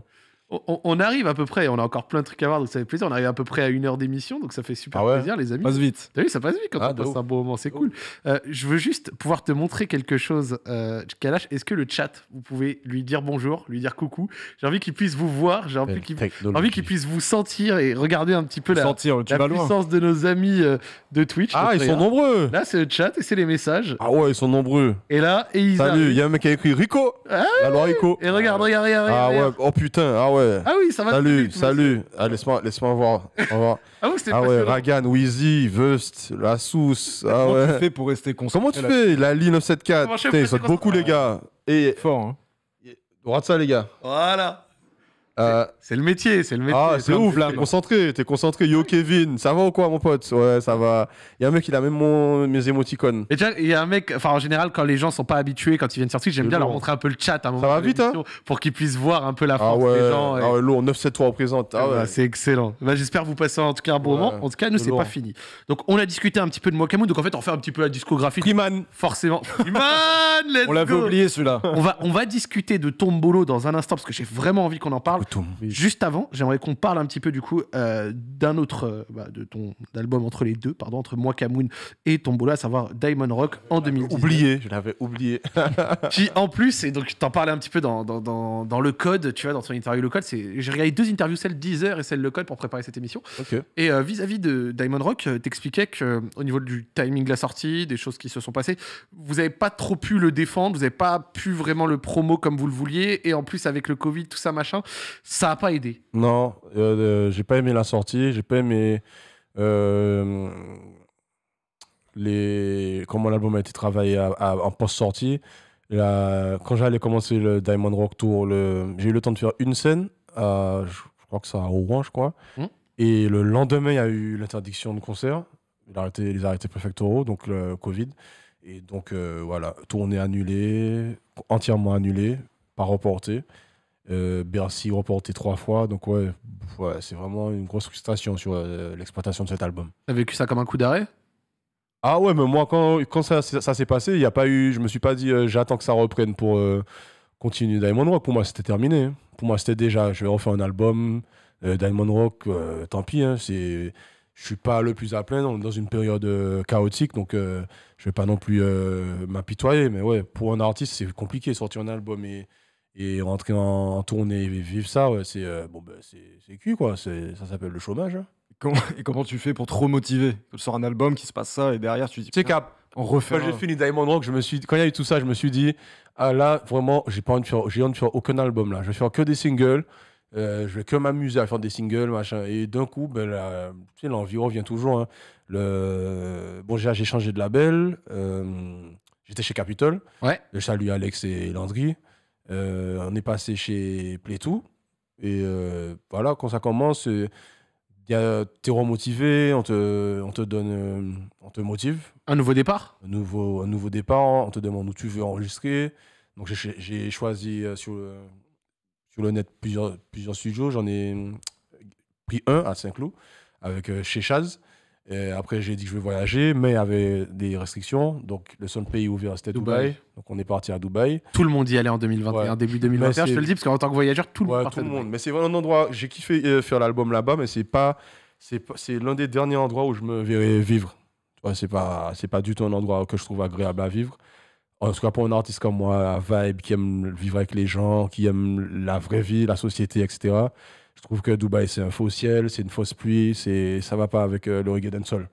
Ça va, c'est peut-être pour une retraite et encore. Ouais, mais non, mais je vois ce que tu veux dire, mais dans ton mood, oui, ça colle pas trop. Ça va pas, et puis non. Et puis les gens qui vont y habiter, qui s'y installent, ils mettent une ambiance bizarre. Et donc après, quand il y a eu la levée des restrictions, on est parti à Miami. Donc là, à Miami, tout est revenu. C'est là que j'ai revécu l'excitation de Chaos. Mais exactement la même chose. Genre, t'as revu le soleil, l'ambiance, un petit peu la Floride. Les mêmes beatmakers, les mêmes chemins, les mêmes hôtels, la même odeur, le même kiff, tout pareil, tout, on a tout. Je me sentais comme dans Chaos. Et c'est là que j'ai fait les feats avec Prince Swanny, ou j'ai préparé le son avec Weshden, des trucs comme ça. Le son avec Weshden d'ailleurs. Il y a beaucoup de gens qui ont retourné leur veste en entendant des gens qui disaient ah, ça va être bizarre et tout, qui comprenaient pas trop, qui trouvaient ça incohérent, et qui ont retourné leur veste. Est-ce que toi, en annonçant ça avant la sortie de l'album, tu savais que ça allait parler et que c'était un peu... J'écoutais le son. Déjà, quand on a fait la tracklist, quand on a balancé, j'ai vu beaucoup de médias ont dit le nouvel album de Kalash avec Weshden. Tu sais, le gros raccourci pour déchaîner les gens. Bon, les gens, tu connais Twitter, la méchanceté. Alors, dans le nouvel album, il y avait 10 collabs, quoi. Et les mecs en ont retenu une. 14 au moins. Mais ça, je savais. Et un jour, j'ai fait une vidéo juste où on me voit et on entend Hey Roshan, wesh, Den, et j'ai coupé. Et j'ai dit, alors ça, quand je vais poster ça, j'envoie un pote qui fait du contenu aux Antilles, qui s'appelle Specta. Quand j'ai posté, je lui ai dit, regarde, dans 5 minutes, regarde Internet, regarde les gens. Quand j'ai posté des milliers d'insultes, Kalash, pas toi, pas après tout ce que tu as fait, pas maintenant, tout ça, c'est éclaté. trahi. Qu'est-il devenu Où est la racaille J'ai dit, quand ça va sortir, Où est la rue? vous allez voir, les gars. Et quand c'est sorti, ben voilà, il y a plein de gens qui ont dit, putain, il nous a bien eu, quel fumier, j'adore le son, faut faire le clip, c'est un single, tu vois. Les gens sont fermés. Les gens sont fermés. Ils sont fermés, en plus, tu sais, tu peux ne pas aimer un artiste, mais la méchanceté sur les artistes, surtout les femmes en France. Mais après, il faut qu'elles s'habituent. Twitter, c'est ce réseau, c'est comme ça. C'est les Aya Nakamura.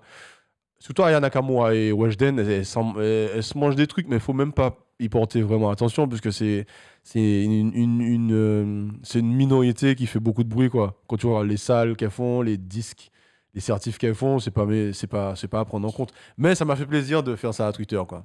Mais surtout que c'est pas si Ça se voit incohérent que tu que t'es ça. amusé. Ouais. Il a kiffé. C'est pas incohérent, c'est pas C'est incohérent. pas incohérent, Non, en vrai, parce cohérent. que c'est Ah, mélodieux. c'est mélodieux, elle fait de la musique que je trouve caribéenne, même si c'est pas en créole. Et elle est street à sa manière. Ouais, mais elle a son âge. Et, Anissa prend machin, bah oui.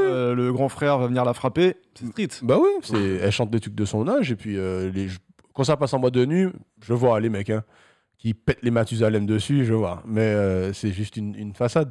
Mais en tout cas, si je pouvais lui dire un conseil à Weshden, c'est vraiment de ne pas prendre ça en compte, quoi. Et Aya aussi. Aya, pour ne pas prendre les critiques de Twitter en compte, c'est de la méchanceté, pas gratuite, mais lâche. C'est-à-dire, c'est caché. Ouais, c'est pas intéressant. Pas intéressant, c'est cool. Ouais, je peux te le dire, hein, moi. Je suis mort parce que dans le chat, ça en parlait. Moi, à l'époque, j'aimais bien Troll et genre, pour rigoler. J'avais mis le soir, genre au bout de 10 minutes de sortie de l'album de Weshden, tu vois, juste pour rigoler, provoquer. Mais c'était pas la première fois que je le faisais sur d'autres albums. Et j'avais dit, ouais, l'album de Weshden, c'est poubelle. Et genre, elle m'avait répondu, elle m'a dit gros bouffon. Et voilà. Et voilà. Ça avait fait, Et voilà. ça avait fait genre 50 000 retweets, Voilà. un truc comme ça. Weshden, le voici. Coucou. C'est moi. Non, et puis sérieusement, elle avait bien raison. Ah, en quand même. plus, elle est méga cool. Mais ça, les gens peuvent s'en foutre, c'est la musique. Mais non, moi, j'ai kiffé ce contre-pied, là, ce dribble-là. C'était marrant. Ouais, tenter un truc, quoi. C'était marrant. Quand t'as Bounty Killer sur un album, Gazo, Damso, frère, si je mets Weshden, je sais qu'est-ce que je fais, tu vois. Bien sûr, bien sûr, bien sûr. Et il y a des mecs qui font du Weshden qui sont adulés en France. Mais bien sûr. De Ah. toute façon, le premier projet de Weshden, moi à l'inverse, moi aussi j'avais tweeté, bon, j'ai 3 abonnés, mais j'avais tweeté Weshden présidente. Parce que j'ai surkiffé le premier projet de 16. Moi, Vraiment. moi, je peux écouter une minute. Donc, C'est vrai. Bon, bah voilà.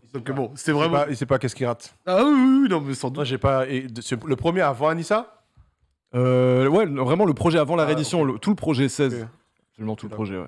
Ça fait penser au R&B des années 2000 et tout, franchement. Clairement. Je peux comprendre, je peux comprendre. Du coup, forcément, on a parlé Chaos, Mwakamoon, Diamond Rock, même Kalash classique, nickel. Et dans la chronologie, on arrive forcément à un truc un petit peu plus actuel, après à peu près 2 ans et demi de pandémie et consorts qui t'ont empêché à des moments de pouvoir exprimer ta vibe, on va dire, artistique. Là, depuis, tu nous as dit, tu as signé même dans un nouveau label, etc. Play. Ouais, co-signé. Je suis mon label et sur Playto en même temps. Co-signé, Moi, c'est ça. Camon Music et Playto. Donc, tu as signé à Play2, etc., ce qui t'a fait une sorte de nouveau départ et qui t'a sans doute un petit peu inspiré, etc. Arrive le 29 avril, donc maintenant ça fait un peu plus de 2 semaines, Tombolo, Yeah. 2022. Donc 3 semaines après, concrètement, et c'est bien, j'aime bien parce que contrairement aux interviews que tu as données très vite, un peu avant, ou Ouais. alors à peine ça venait de sortir, Ouais. 3 semaines après, on fait un petit état des lieux, on en est où? On est dans la satisfaction totale. Je vous ai entendu, on est content des retours déjà des singles de Tombolo et de Punani un peu avec Swani. On sait qu'est-ce qu'on va clipper là. Je suis content que mon public de base ils sont au max. Ouais. C'est-à-dire, j'ai pas tout en tête, mais Tombolo, Everybody Fall avec Bounty, Laptop avec Morid, My Life avec Movado, Dubai Episode, Habibi, etc., Grimy, Bumpy. Si tu vas en soirée là actuellement, c'est comme si t'entends, c'est une soirée Tombolo, t'entends ça dans toutes les soirées. Les gens sont contents sur les réseaux. Ma mère est contente. Elle est toujours contente de mes albums, elle. C'est le plus important. Ouais. Et au niveau des chiffres, on est content parce qu'on fait partie des artistes qui ne sont pas en médias, en grosse rotation ou en zéro rotation d'ailleurs, sur les médias. Si j'ai I Love You avec Damso qui est sur Sky. Et donc on a fait une belle première semaine, une belle deuxième semaine. Les clips font beaucoup de vues, mais c'est vraiment, on est content des retours et ça nous conforte dans les choix artistiques qu'on a fait et dans les singles qu'on va clipper. Ouais, donc on est content en gros. Ça t'a fait plaisir aussi, je suppose, après genre un mois Camoun qui, tu vois, genre avait fait ça, un petit Diamond Rock qui a eu, on en a discuté, une petite baisse, et puis Ouais. là, ça repart un peu comme ça. Ouais. Ça va te faire du baume au cœur encore. Ça fait comme Chaos. C'est reparti comme en 86, en 46. C'est comme Chaos. C'est sorti. Déjà, moi, j'étais dans des bonnes conditions quand c'est sorti. Bonne promo, bonne équipe. Parce que j'allais dire, t'as fait plusieurs plateaux et tout, c'était cool à voir, il y en a beaucoup qui ont kiffé. Ouais, j'ai préparé puis la promo comme une compète, c'est-à-dire pas comme Diamond Rock. J'ai vraiment été en promo, on leur donne un concert, je fais une interview, je vais en concert, je fais une interview. Là, on s'est consacré à la promo. Je dors tôt, je mange bien, je suis en forme, je suis de bonne humeur. Et donc, tu fais du sport, tu nous en parlais au début. Donc, là, c'est vrai, on a préparé ça vraiment pour que je sois au mieux de ma forme. Donc, sortir un album comme ça, c'est bien, tu vois, c'est frais. Et le jour de la sortie de l'album, j'étais à Saint-Martin, donc c'est magnifique. Tout est bien. T'as fait une release party là-bas? On a fait la release party à Paname. Ah ouais. Donc, je me suis amusé, j'ai grave bu.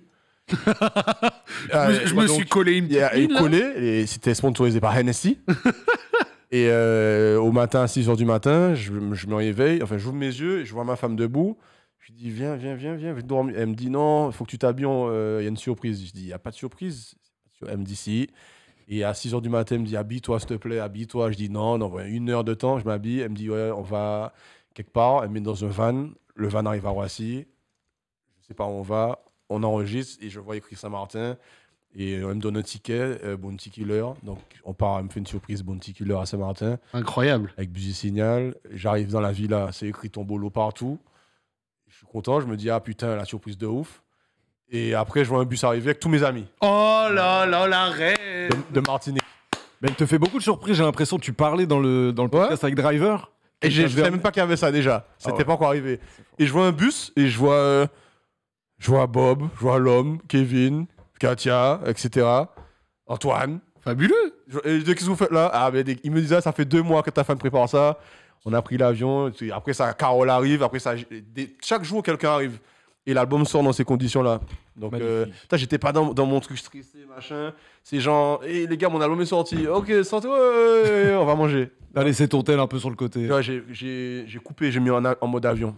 Et c'est le label qui nous envoyait des chiffres, des trucs comme ça. Donc, ouais, on était contents. Le clip, j'ai pas vu qui l'a posté. Ça, c'est vraiment.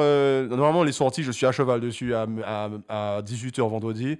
À 17h58, je suis déjà prêt, tu vois. Mais là, non, c'est fait dans la détente et ouais, c'était cool. C'était des meilleures conditions, je pense, pour le faire. Je souhaite à chaque artiste de vivre ça au moins une fois, une sortie entourée comme ça et avec un peu de distance. Quand tu as fait la promo, si tu veux prendre de la distance, c'est bon, tu as fait ce que tu avais à faire. Là, c'est les gens qui vont après en faire ce qu'ils veulent. Et là, on parlait de la sortie sur la conception de l'album.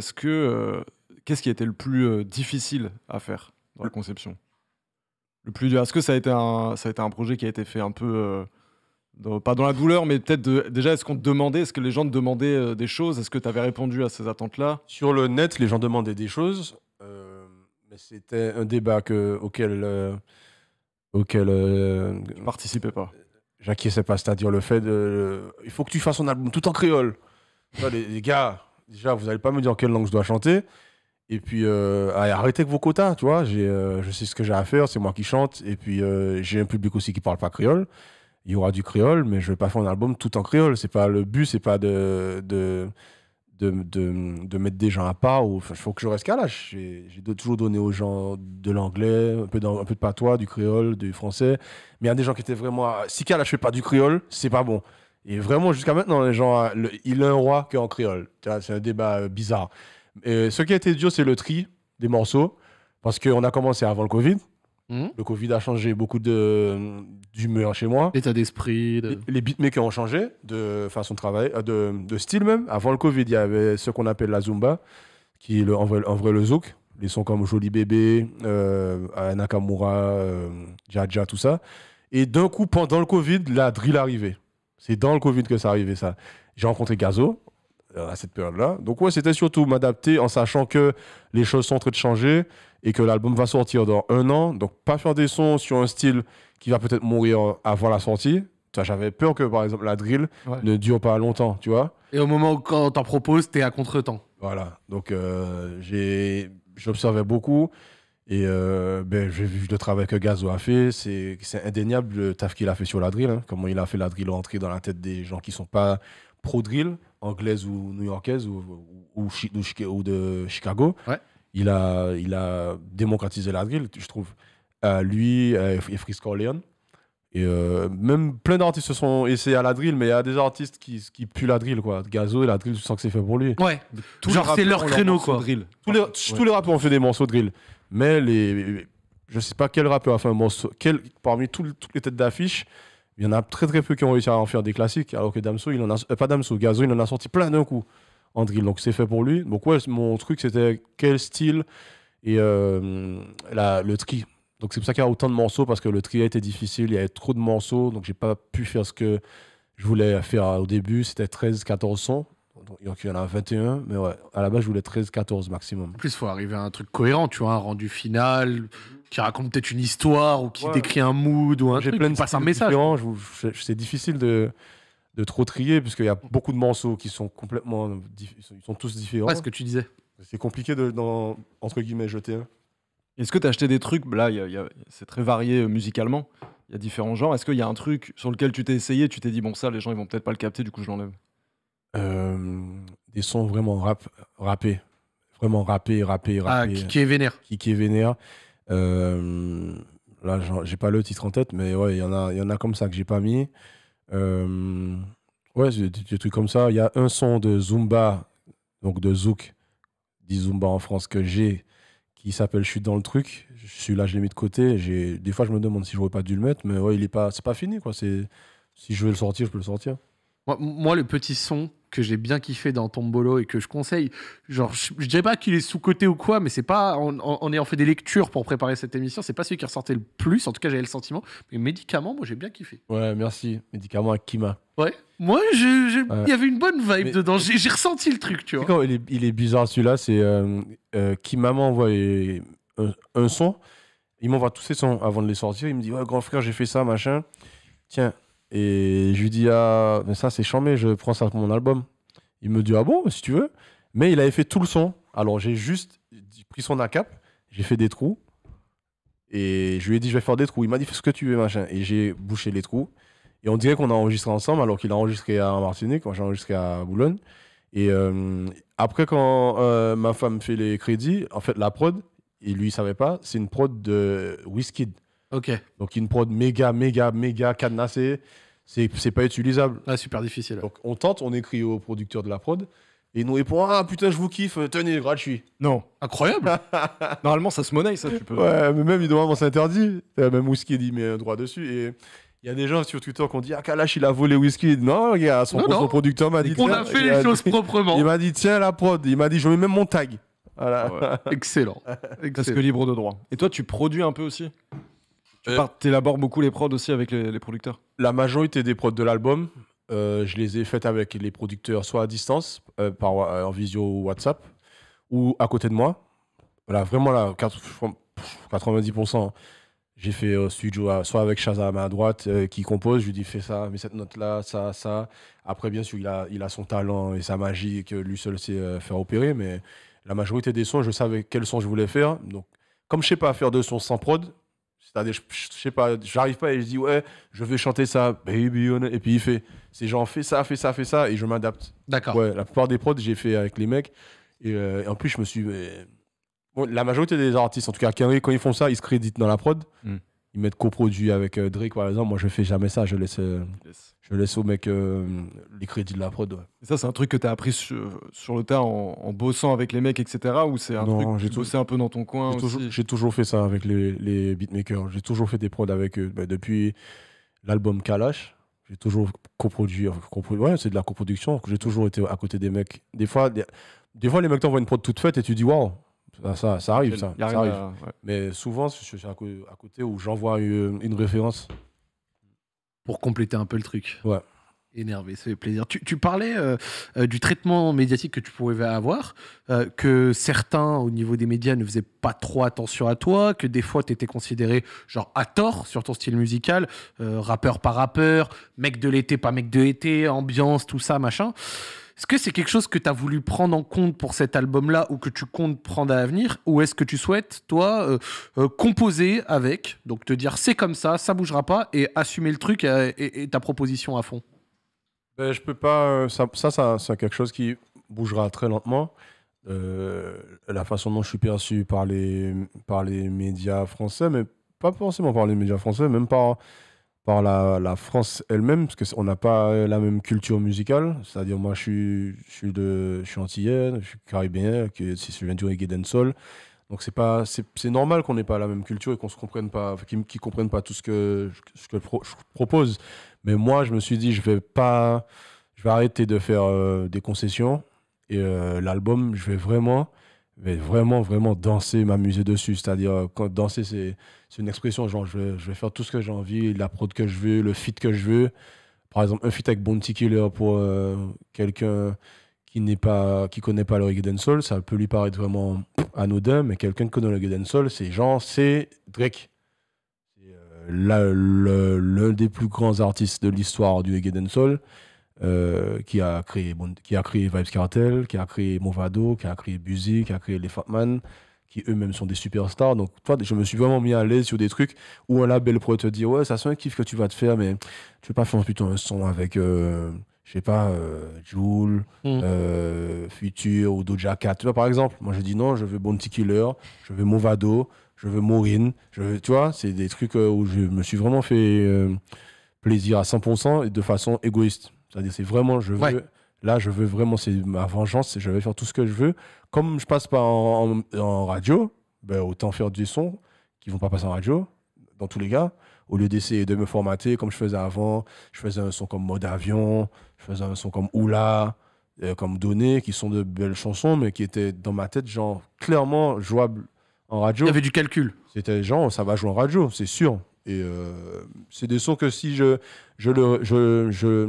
crédite pas mon nom, je mets la voix de Dadju dessus ou de Gims, ça rentre en playlist énergie, etc. Tout de suite, sans aucun doute, parce que je leur ai envoyé et ils ont dit c'est génial, mais le nom Kalash, c'est pas possible, ce nom est trop connoté, ce qui s'est passé au Bataclan, etc. Ton pseudo a vraiment freiné le truc.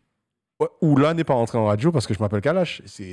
Et d'autres sons avant aussi, mais Oula, qui est vraiment le format pur média français, n'est pas rentré parce que je m'appelle Kalash. C'est la réponse officielle. On ne peut pas Kalash dire le nouveau Kalash. C'est pas possible. Ça, tu l'as senti plusieurs fois. Bah, pourtant, à l'Olympia, ils ont mis les lettres et tout, il n'y avait pas de problème. À l'Olympia, j'ai même demandé à ma femme, est-ce qu'ils n'allaient pas mettre KLH, pour adoucir le truc. Ils ont dit non, ils s'en battent les Kalash. Ils ont Kalash criminel, tout, ils mettent tout. Mais il y a des radios comme Énergie, qui est l'une des plus grosses radios, en tout cas pour les artistes comme nous, genre les artistes de musique urbaine ou la nouvelle pop. Ils n'ont pas joué par rapport à mon nom, Kalash, quoi. Alors que c'est un morceau, ils ont dit, ouais, vraiment, c'est un très, très, très beau morceau. Et donc, voilà. Je vais être traîné, mais franchement, j'entends, tu vois, le délire et tout, c'est compréhensible. Mais en 2022, ouais, c'était en début de l'année, ouais. Tu vois, pour moi, autant en 2015, 14, vas-y, je pouvais l'entendre. Mais en 2021, 2022, alors oui, le nom Kalash, machin, mais oui, c'est bon, au bout d'un moment, les gens s'en battent les couilles. Je pense que, tu sais... je pense que c'est surtout des mecs responsables qui se prennent la tête avec un truc dont en réalité, les gens qui écoutent la radio s'en foutent. Je vois mal des gens, ils se prennent la tête. Je vois mal des gens dire à Énergie, oh, vous avez pas honte, vous jouez un mec qui s'appelle Kalash. Parce que, tu sais, l'endroit où les gens se plaignent le plus, c'est sur Twitter. Et sur Twitter, personne ne se plaint de ce mot. Ça rentre en 2016. On avait ce problème en 2016. Les attentats, c'était juste avant. J'aurais pu comprendre, mais en 2022, c'est ça. Avec tout ce qui se fait comme musique, tous les artistes, tous les styles. Non, en plus, les gens ont compris. Je pense qu'à l'âge, tu as compris que je suis pas de cette mouvance. Tu vois, non, mais mec, ça a 5 albums et tout ça, machin. Enfin, c'est bon, tu vois. Et la chanson que je t'envoie, elle s'appelle Oula, Mon amour, etc. Tu vois, donc, ouais, c'est dommage qu'on ait eu ce frein-là. Il y a la langue, le nom Kalash. Où il y a eu des fois, non, mais au niveau quota, on a déjà Dadju et Attic. C'était Ok. à la période d'Angela. On a déjà Dadju Attic, on peut pas entrer un nouveau son de ce format, tu vois. Ouais. Donc, alors que je suis sûr que Rihanna aurait fait le même son, elle serait rentrée sa grand-mère à l'envers, en pied, tout, tu vois. Donc, c'est des trucs comme ça qui font que je me dis, ah, alors là, par contre, mes 2 premiers singles, ça va être complètement tombolo, Punani Impérial. Je vais rien sortir de formaté. Et Weshden, c'est une volonté de moi, ma femme et de Roshan. C'est pas le label qui a. Parce que le label peut me dire, fais un feat avec Weshden Bien pour. sûr. Pour un côté marketing, tu vois. Et quand on leur a dit, ouais, il y a Weshden sous l'album, le label a fait, hein, ah bon? Oh, bah cool, super, machin, vous êtes chaud, hein. Mais c'est tout.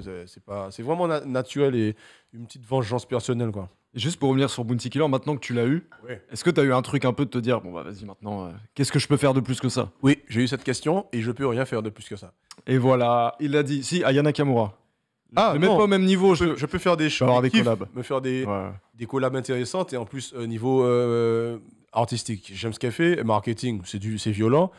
Mais au niveau de mes rêves et objectifs, il y en a plus, ça n'existe plus, en tout cas sur Terre pour l'instant. Toi, il y avait Vibes, il y avait Mavado et Bounty Killer. Bounty Killer. Ah, c'est tout, c'est tout. Mais ouais, là, si je dois penser à un feat qui me ferait plaisir et qui, je pense, serait légitime et donnerait quelque chose de lourd, c'est Aya Nakamura. Ça, on l'attend. J'allais Ouais. te demander quand est-ce que ça pourrait Ouais, se faire. ce serait bien ça. On s'est vu une fois au studio et elle est partie. C'est-à-dire Et c'était pas sa session, c'était ma session. Elle est venue, oui. elle est venue me voir. Elle est venue me saluer. J'ai Elle est cru que venue la me voir. manière dont tu l'as dit, j'ai cru que elle m'a vu, elle est partie. Ah non, non. Elle a pas Elle est, elle est passée, elle est Peut-être là, passée. bah, le projet de feat, il Elle les est, attend. elle est là. passée dire bonjour, elle est passée dire bonjour, mais. Oui, vous avez pas fait de session mais, ensemble. mais quand tu vois une artiste comme Aya Nakamura au studio, tu te dis c'est quand même dommage de la laisser s'en aller. Mm. Donc ce serait bien d'avoir les clés. Ouais. Mais c'était son studio à elle déjà. Donc voilà, non, mais un jour peut-être ça arrivera, mais ce serait grand plaisir. Ouais. Et est-ce que, du coup, en ce sens, contrairement à Diamond Rock, qui malheureusement n'a pas eu de chance, mais il y a une tournée de prévue, du coup, pour un petit peu Ouais. conclure sur le segment Dombolo. Ouais. Enfin, Tombolo, pardon. Déjà là, vendredi, on commence. On n'a jamais arrêté, mais c'est les boîtes, c'est Marseille. Après, on a Paris le 29. Après, le 5, on a Saint-Martin. Après, on a Guadeloupe. Après, on a Martinique, Guyane, Belgique, etc. Mais la vraie tournée live avec mes musiciens que je n'ai pas revu depuis le Covid, Ouais. le début du Covid, c'est en septembre que ça commence. D'accord. Tu sais, les tournées dans les salles de concert, les shows à 20h, pas à 4h du matin. Et avec le Bercy le 29 novembre. Super. Donc ouais, voilà, on est reparti. Ça, à partir de vendredi là, c'est reparti pour Pour l'été, la tournée. ouais, pour nous non-stop. Donc, été club et tournée concert. De mélanger, ouais. Ok. De mélanger, ouais. T'as la pression un peu de remonter sur scène ou Là, tu j'ai vas plus serein. de pression. J'aurais de la pression avant de monter sur scène. Ouais. J'ai toujours de la pression dans les marches de l'escalier, genre une petite appréhension, mais Naturel. c'est naturel. Ça dure une minute, mais j'ai confiance dans le catalogue. Déjà, il est chargé. Et puis mon public aussi, ouais, je me suis habitué à lui, je me suis habitué à la scène aussi. Donc, ouais, ça va. Est-ce que tu bois avant d'entrer sur scène? Je buvais avant. Ouais. Toujours. Je buvais toujours avant. Et genre 2-3 coupes ou un verre d'Hennessy, un alcool. Juste pour inhiber un peu le stress et puis après. Voilà. tu vois. Et pour tu sais, me relaxer. Même mon ORL m'a montré mes cordes vocales à la caméra. Mm. Et déjà, je le vois tout le temps. Et il m'a montré que les alcools sèchent les cordes vocales et les irritent. Donc il me montre, il me dit oh, là, c'est une irritation. Ça, c'était l'alcool. Ça, c'était l'alcool. Non, je le fais plus. Non, je le fais plus. Et tu Ça, t'en je portes pas décise. plus mal. Non, je mieux ne des porte pas fois, plus ouais. mal. Non. Ça En va. vrai, non. Non. C'est juste que je profitais pour faire la fête. Ouais. Mais non, là, non. J'ai ralenti sur la fête. Sage décision, sage Ouais. décision. Il y a mon ami Freeman qui est encore là et qui Freeman. est de Montréal. Il te demande de passer à Montréal et c'est même pas c'est pas le seul. Hein. J'ai Allez voir les Québécois. été 2 fois. C'était un truc de ouf. C'était genre, j'ai fait l'équivalent de l'Olympia là-bas. C'était ouf. Et la police m'a demandé de partir parce que j'ai un casier en France. Quand tu as un casier Ouf, ouais. avec ceux que j'ai sur mon casier, on m'a donné 10 ans d'interdiction du Canada. Oh là, mais Donc j'ai dû payer Ils ont- une caution pour partir et on nous a donné 48 heures. Et là, ça va faire. C'était en 2016. ça fait 6 ans. Ça fait 6 ans, donc je peux commencer à me rapprocher de l'ambassade parce qu'il faut vraiment qu'on y retourne. C'est vraiment, vraiment magnifique les concerts là-bas. Et ouais, je kiffe le Canada, la communauté de là-bas, ouais, c'est vraiment lourd. Ça fait super plaisir à entendre. Ça fait super plaisir. Alors, comme beaucoup, j'avais parlé de Balou un peu avant parce que je le connais bien Ouais. et je l'aime bien. À Los Angeles, comme jamais. Bah oui. Et en fait, je voulais te parler un peu du rapport aux îles et de la situation un peu là-bas. C'est quelque chose que j'ai vu qui est beaucoup défendu par toi, par Balou. Ouais. J'aime bien ces personnes qui viennent des îles Qu'est-ce qui fait Balou? et qui expliquent, tu vois, des réalités pour que des métropolitains, tu vois, par exemple comme moi, que je connais pas, des fois j'en apprends des choses, tu vois. C'est revenu notamment sur le tapis il y a pas longtemps avec les présidentielles, les résultats du RN, notamment là-bas, qui ont fait parler, on a vu, etc. C'est quoi un petit peu ton point de vue sur la question là-bas et les réalités de ces communautés qui des fois se sentent peut-être pas écoutées, abandonnées, des choses comme ça? Ouais, déjà, pour les présidentielles, il y a un petit détail qui compte quand même. On dit que Marine Le Pen a eu la majorité au présidentiel aux Antilles, mais en vrai, la majorité, ça a été l'abstention. Ça n'a pas été Marine Le Pen. Ensuite, ça a été elle, puis Emmanuel Macron au deuxième tour. Les gens ont fait ce choix pour manifester de leur mésaccord avec Contester. le gouvernement et la façon dont la France et les départements français ont été gouvernés pendant le quinquennat.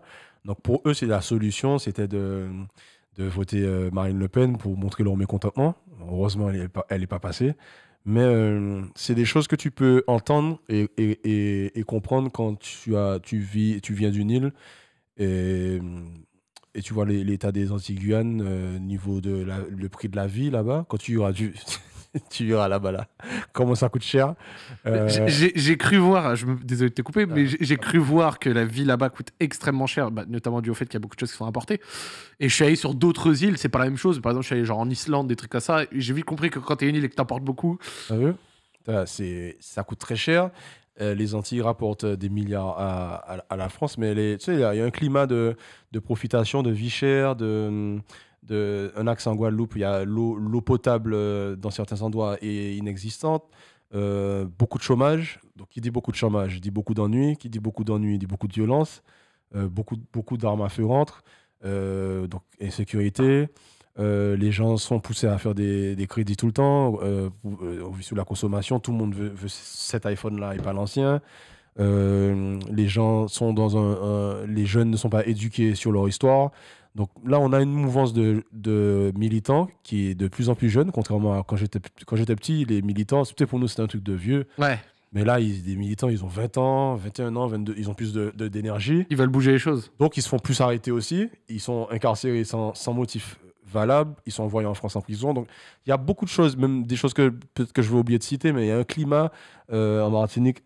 Ces gens, c'est vraiment la limite de l'implosion et de l'explosion. Genre, c'est un peu insurrectionnel, je pense. C'est pas loin d'exploser, de partir en couille. Donc, c'est comme ça que tu vois, quand tu vois une île aussi magnifique et que tu entends autant de problèmes sur une île aussi magnifique, tu te demandes comment c'est possible et d'où vient le problème. Donc, le problème principal vient de comment sont traités les îles d'outre-mer, les pays d'outre-mer, et la façon dont les gens sont perçus et perçoivent aussi le pouvoir. Donc, c'est un débat qui pourrait être long, mais c'est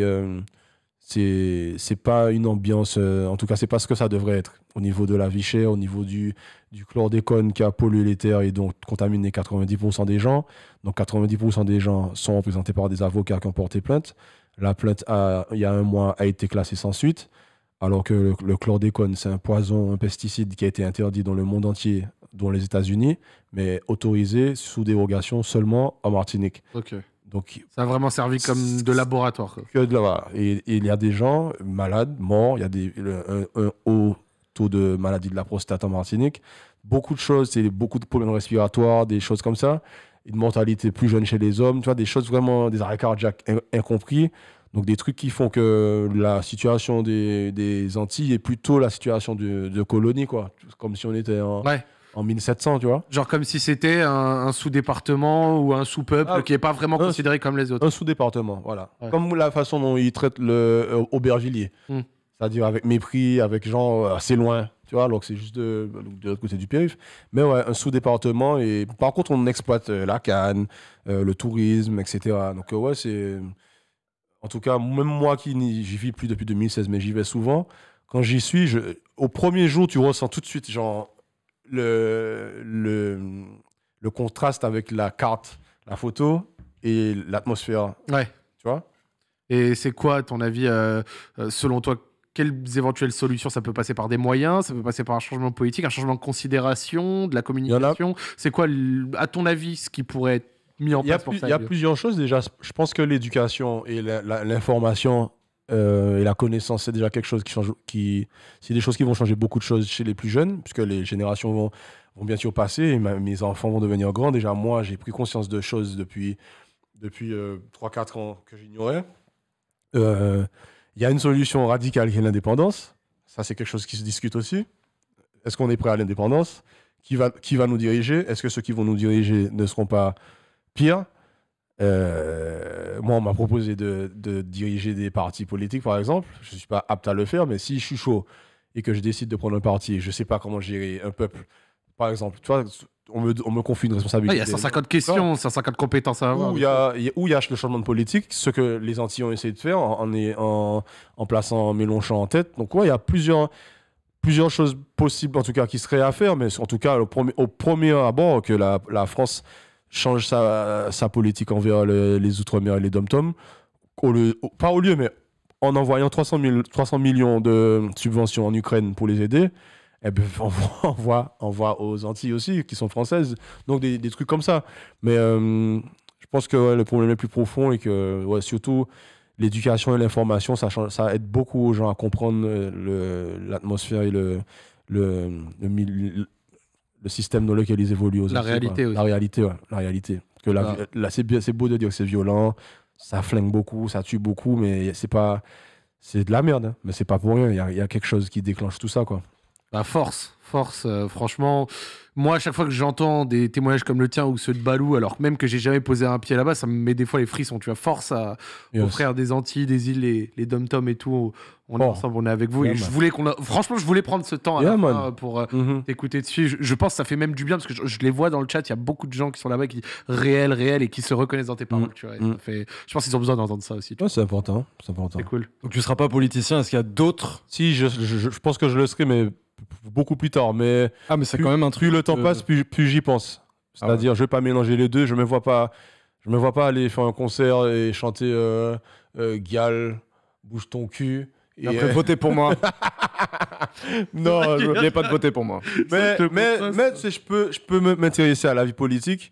Et déjà, je m'y intéresse déjà et je parle avec beaucoup d'élus et des élus très puissants. Mais j'essaie quand même de ne pas me mouiller et pas être utilisé, être récupéré, parce que c'est le premier truc très facile.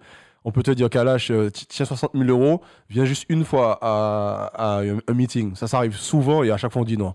Mais j'aurais aimé voir des jeunes monter des partis ou rentrer dans des partis qui me plaisent et à un moment de ma vie me mêler à la vie politique, quoi. Parce que c'est beau de faire des interviews et d'en parler. Mais c'est mieux de bouger les choses dans le cœur du truc. C'est-à-dire, nous, on fait des mouvements, mais moi, je voudrais mettre dans le cœur du truc. C'est-à-dire, tu sais, comme quand tu as une taupe dans un truc qui te donne plein d'informations, tu sais, être dans le cœur du truc et qu'on puisse pas te la mettre à l'envers, te dire non, mais ça, c'est pas possible. Dire si, je suis dedans. Donc vraiment être dedans à fond. Donc là, il y a la musique. Un peu plus loin, il y a la politique. Ouais. Entre les deux, est-ce qu'il y a d'autres trucs annexes au rap que tu aimerais faire? Que ce soit du cinéma ou être producteur, que ça peut être dans la musique. Mais est-ce qu'il y a des choses qui te parlent? Il y a 2 jours, ma femme m'a rigolé. Elle m'a proposé, on l'a appelé pour me proposer un casting pour un film. Et j'ai pas été parce que j'avais du mal avec le synopsis. Parce que un rôle cliché. Je regarde beaucoup de films français aussi. Et ça me dérange, les dialogues et les échanges me dérangent beaucoup dans les films avec Christian Clavier, notamment. Les mots, les embrouilles qu'il y a entre eux, les mots choisis, les stéréotypes. Et elle me disait, non, mais même si c'est pas ce film-là, mais que le casting te voit. Et je trouve que c'est un métier qui a l'air super dur, par contre. Mais j'aurais bien aimé, ouais. Mais après, moi, je me vois, tu sais, qu'on m'appelle, qu'à là, je tiens tel film. Mais elle m'a dit non, en fait, il y a des castings qui se passent. On appelle personne comme ça. Quasi tout le monde passe un casting, tu vois. Mais ouais, mais non, je regarde des films, je vois. C'est tellement cliché, frère. Non, j'ai envie d'avoir. Même si on m'utilise comme le mec des Antilles qui flingue des gens, hein, mais que ce soit bien fait, que ce soit réel, pas genre que l'avion atterrisse. Ouais, pas de la bouffonnerie. Et puis que quelqu'un dise je vous propose un punch Ma tante arrive habillée en madras. Kevin, tu n'as pas arrêté de le faire, tu vois. Ouais, cliché. Cliché de ouf. Et je vois trop de trucs comme ça, les Pascal Légitimus, tout ça. Non, c'est beau. Eh ben écoute, magnifique. Et ça nous permet de clore gentiment cette émission. Je te remercie, Kalash, d'être venu. Oui, man. Et j'espère que Il fallait le dire une dernière fois. Merci beaucoup. ça t'a fait cool. plaisir de beaucoup, venir un Kalash. petit peu Ouais, sur Twitch et tout. c'était T'as vu cool. parler un peu pendant... C'est très cool. Merci Franchement, beaucoup. Super, merci à vous. J'espère également Ouais, dans le chat merci que vous à avez vous. apprécié. Je remercie également Bouscapé et le frérot Thomas ici de m'avoir Merci à toi de accompagné. m'avoir invité, c'était super. Ça t'a fait cool. plaisir, Thomas? Franchement, c'était top. Première expérience sur Twitch et tout, exceptionnel. 1h30. J'ai beaucoup aimé. Ouais, 1h35. 1h30. Ça passe vite, Ça ça passe passe. vite. Et merci à Kalash, oui, d'avoir Merci. accepté. Ça met super bien. Bah, les amis du chat, j'espère que ça vous a plu. Vous pourrez retrouver la VOD très rapidement sur la chaîne de Bouscapé cette fois-ci. Comme vous savez, ce genre de VOD va sur la chaîne de Bouscapé. Mais je suis très content d'avoir pu participer avec vous. On se revoit la semaine prochaine pour une nouvelle émission. Je me permets de vous donner l'invité d'ores et déjà. La semaine prochaine, j'aurai Maxime Biaggi, ça fait plaisir. Le 30, Gluttony. Le 6 ou 7, CPFUT. Et le 14, c'est Cyprien. Voilà. Donc vous avez directement un gros bloc d'invités pour tout le prochain mois. Ce sera à vous de déterminer quand est-ce que vous voulez le truc. Et si vous êtes très très très pressé, d'ailleurs, le live va se couper dans quelques minutes. Mes rediff Twitch sont gratuites. Donc si vous voulez même pas les attendre sur YouTube, eh ben, vous l'aurez dans quelques minutes en complet. Zach en libre, c'est terminé pour cette semaine. Merci encore une fois Kalash. Merci encore une fois Thomas. Et on vous souhaite une bonne fin de soirée tout le monde. Merci Ciao, ciao. Freeman. Freeman. Rivan.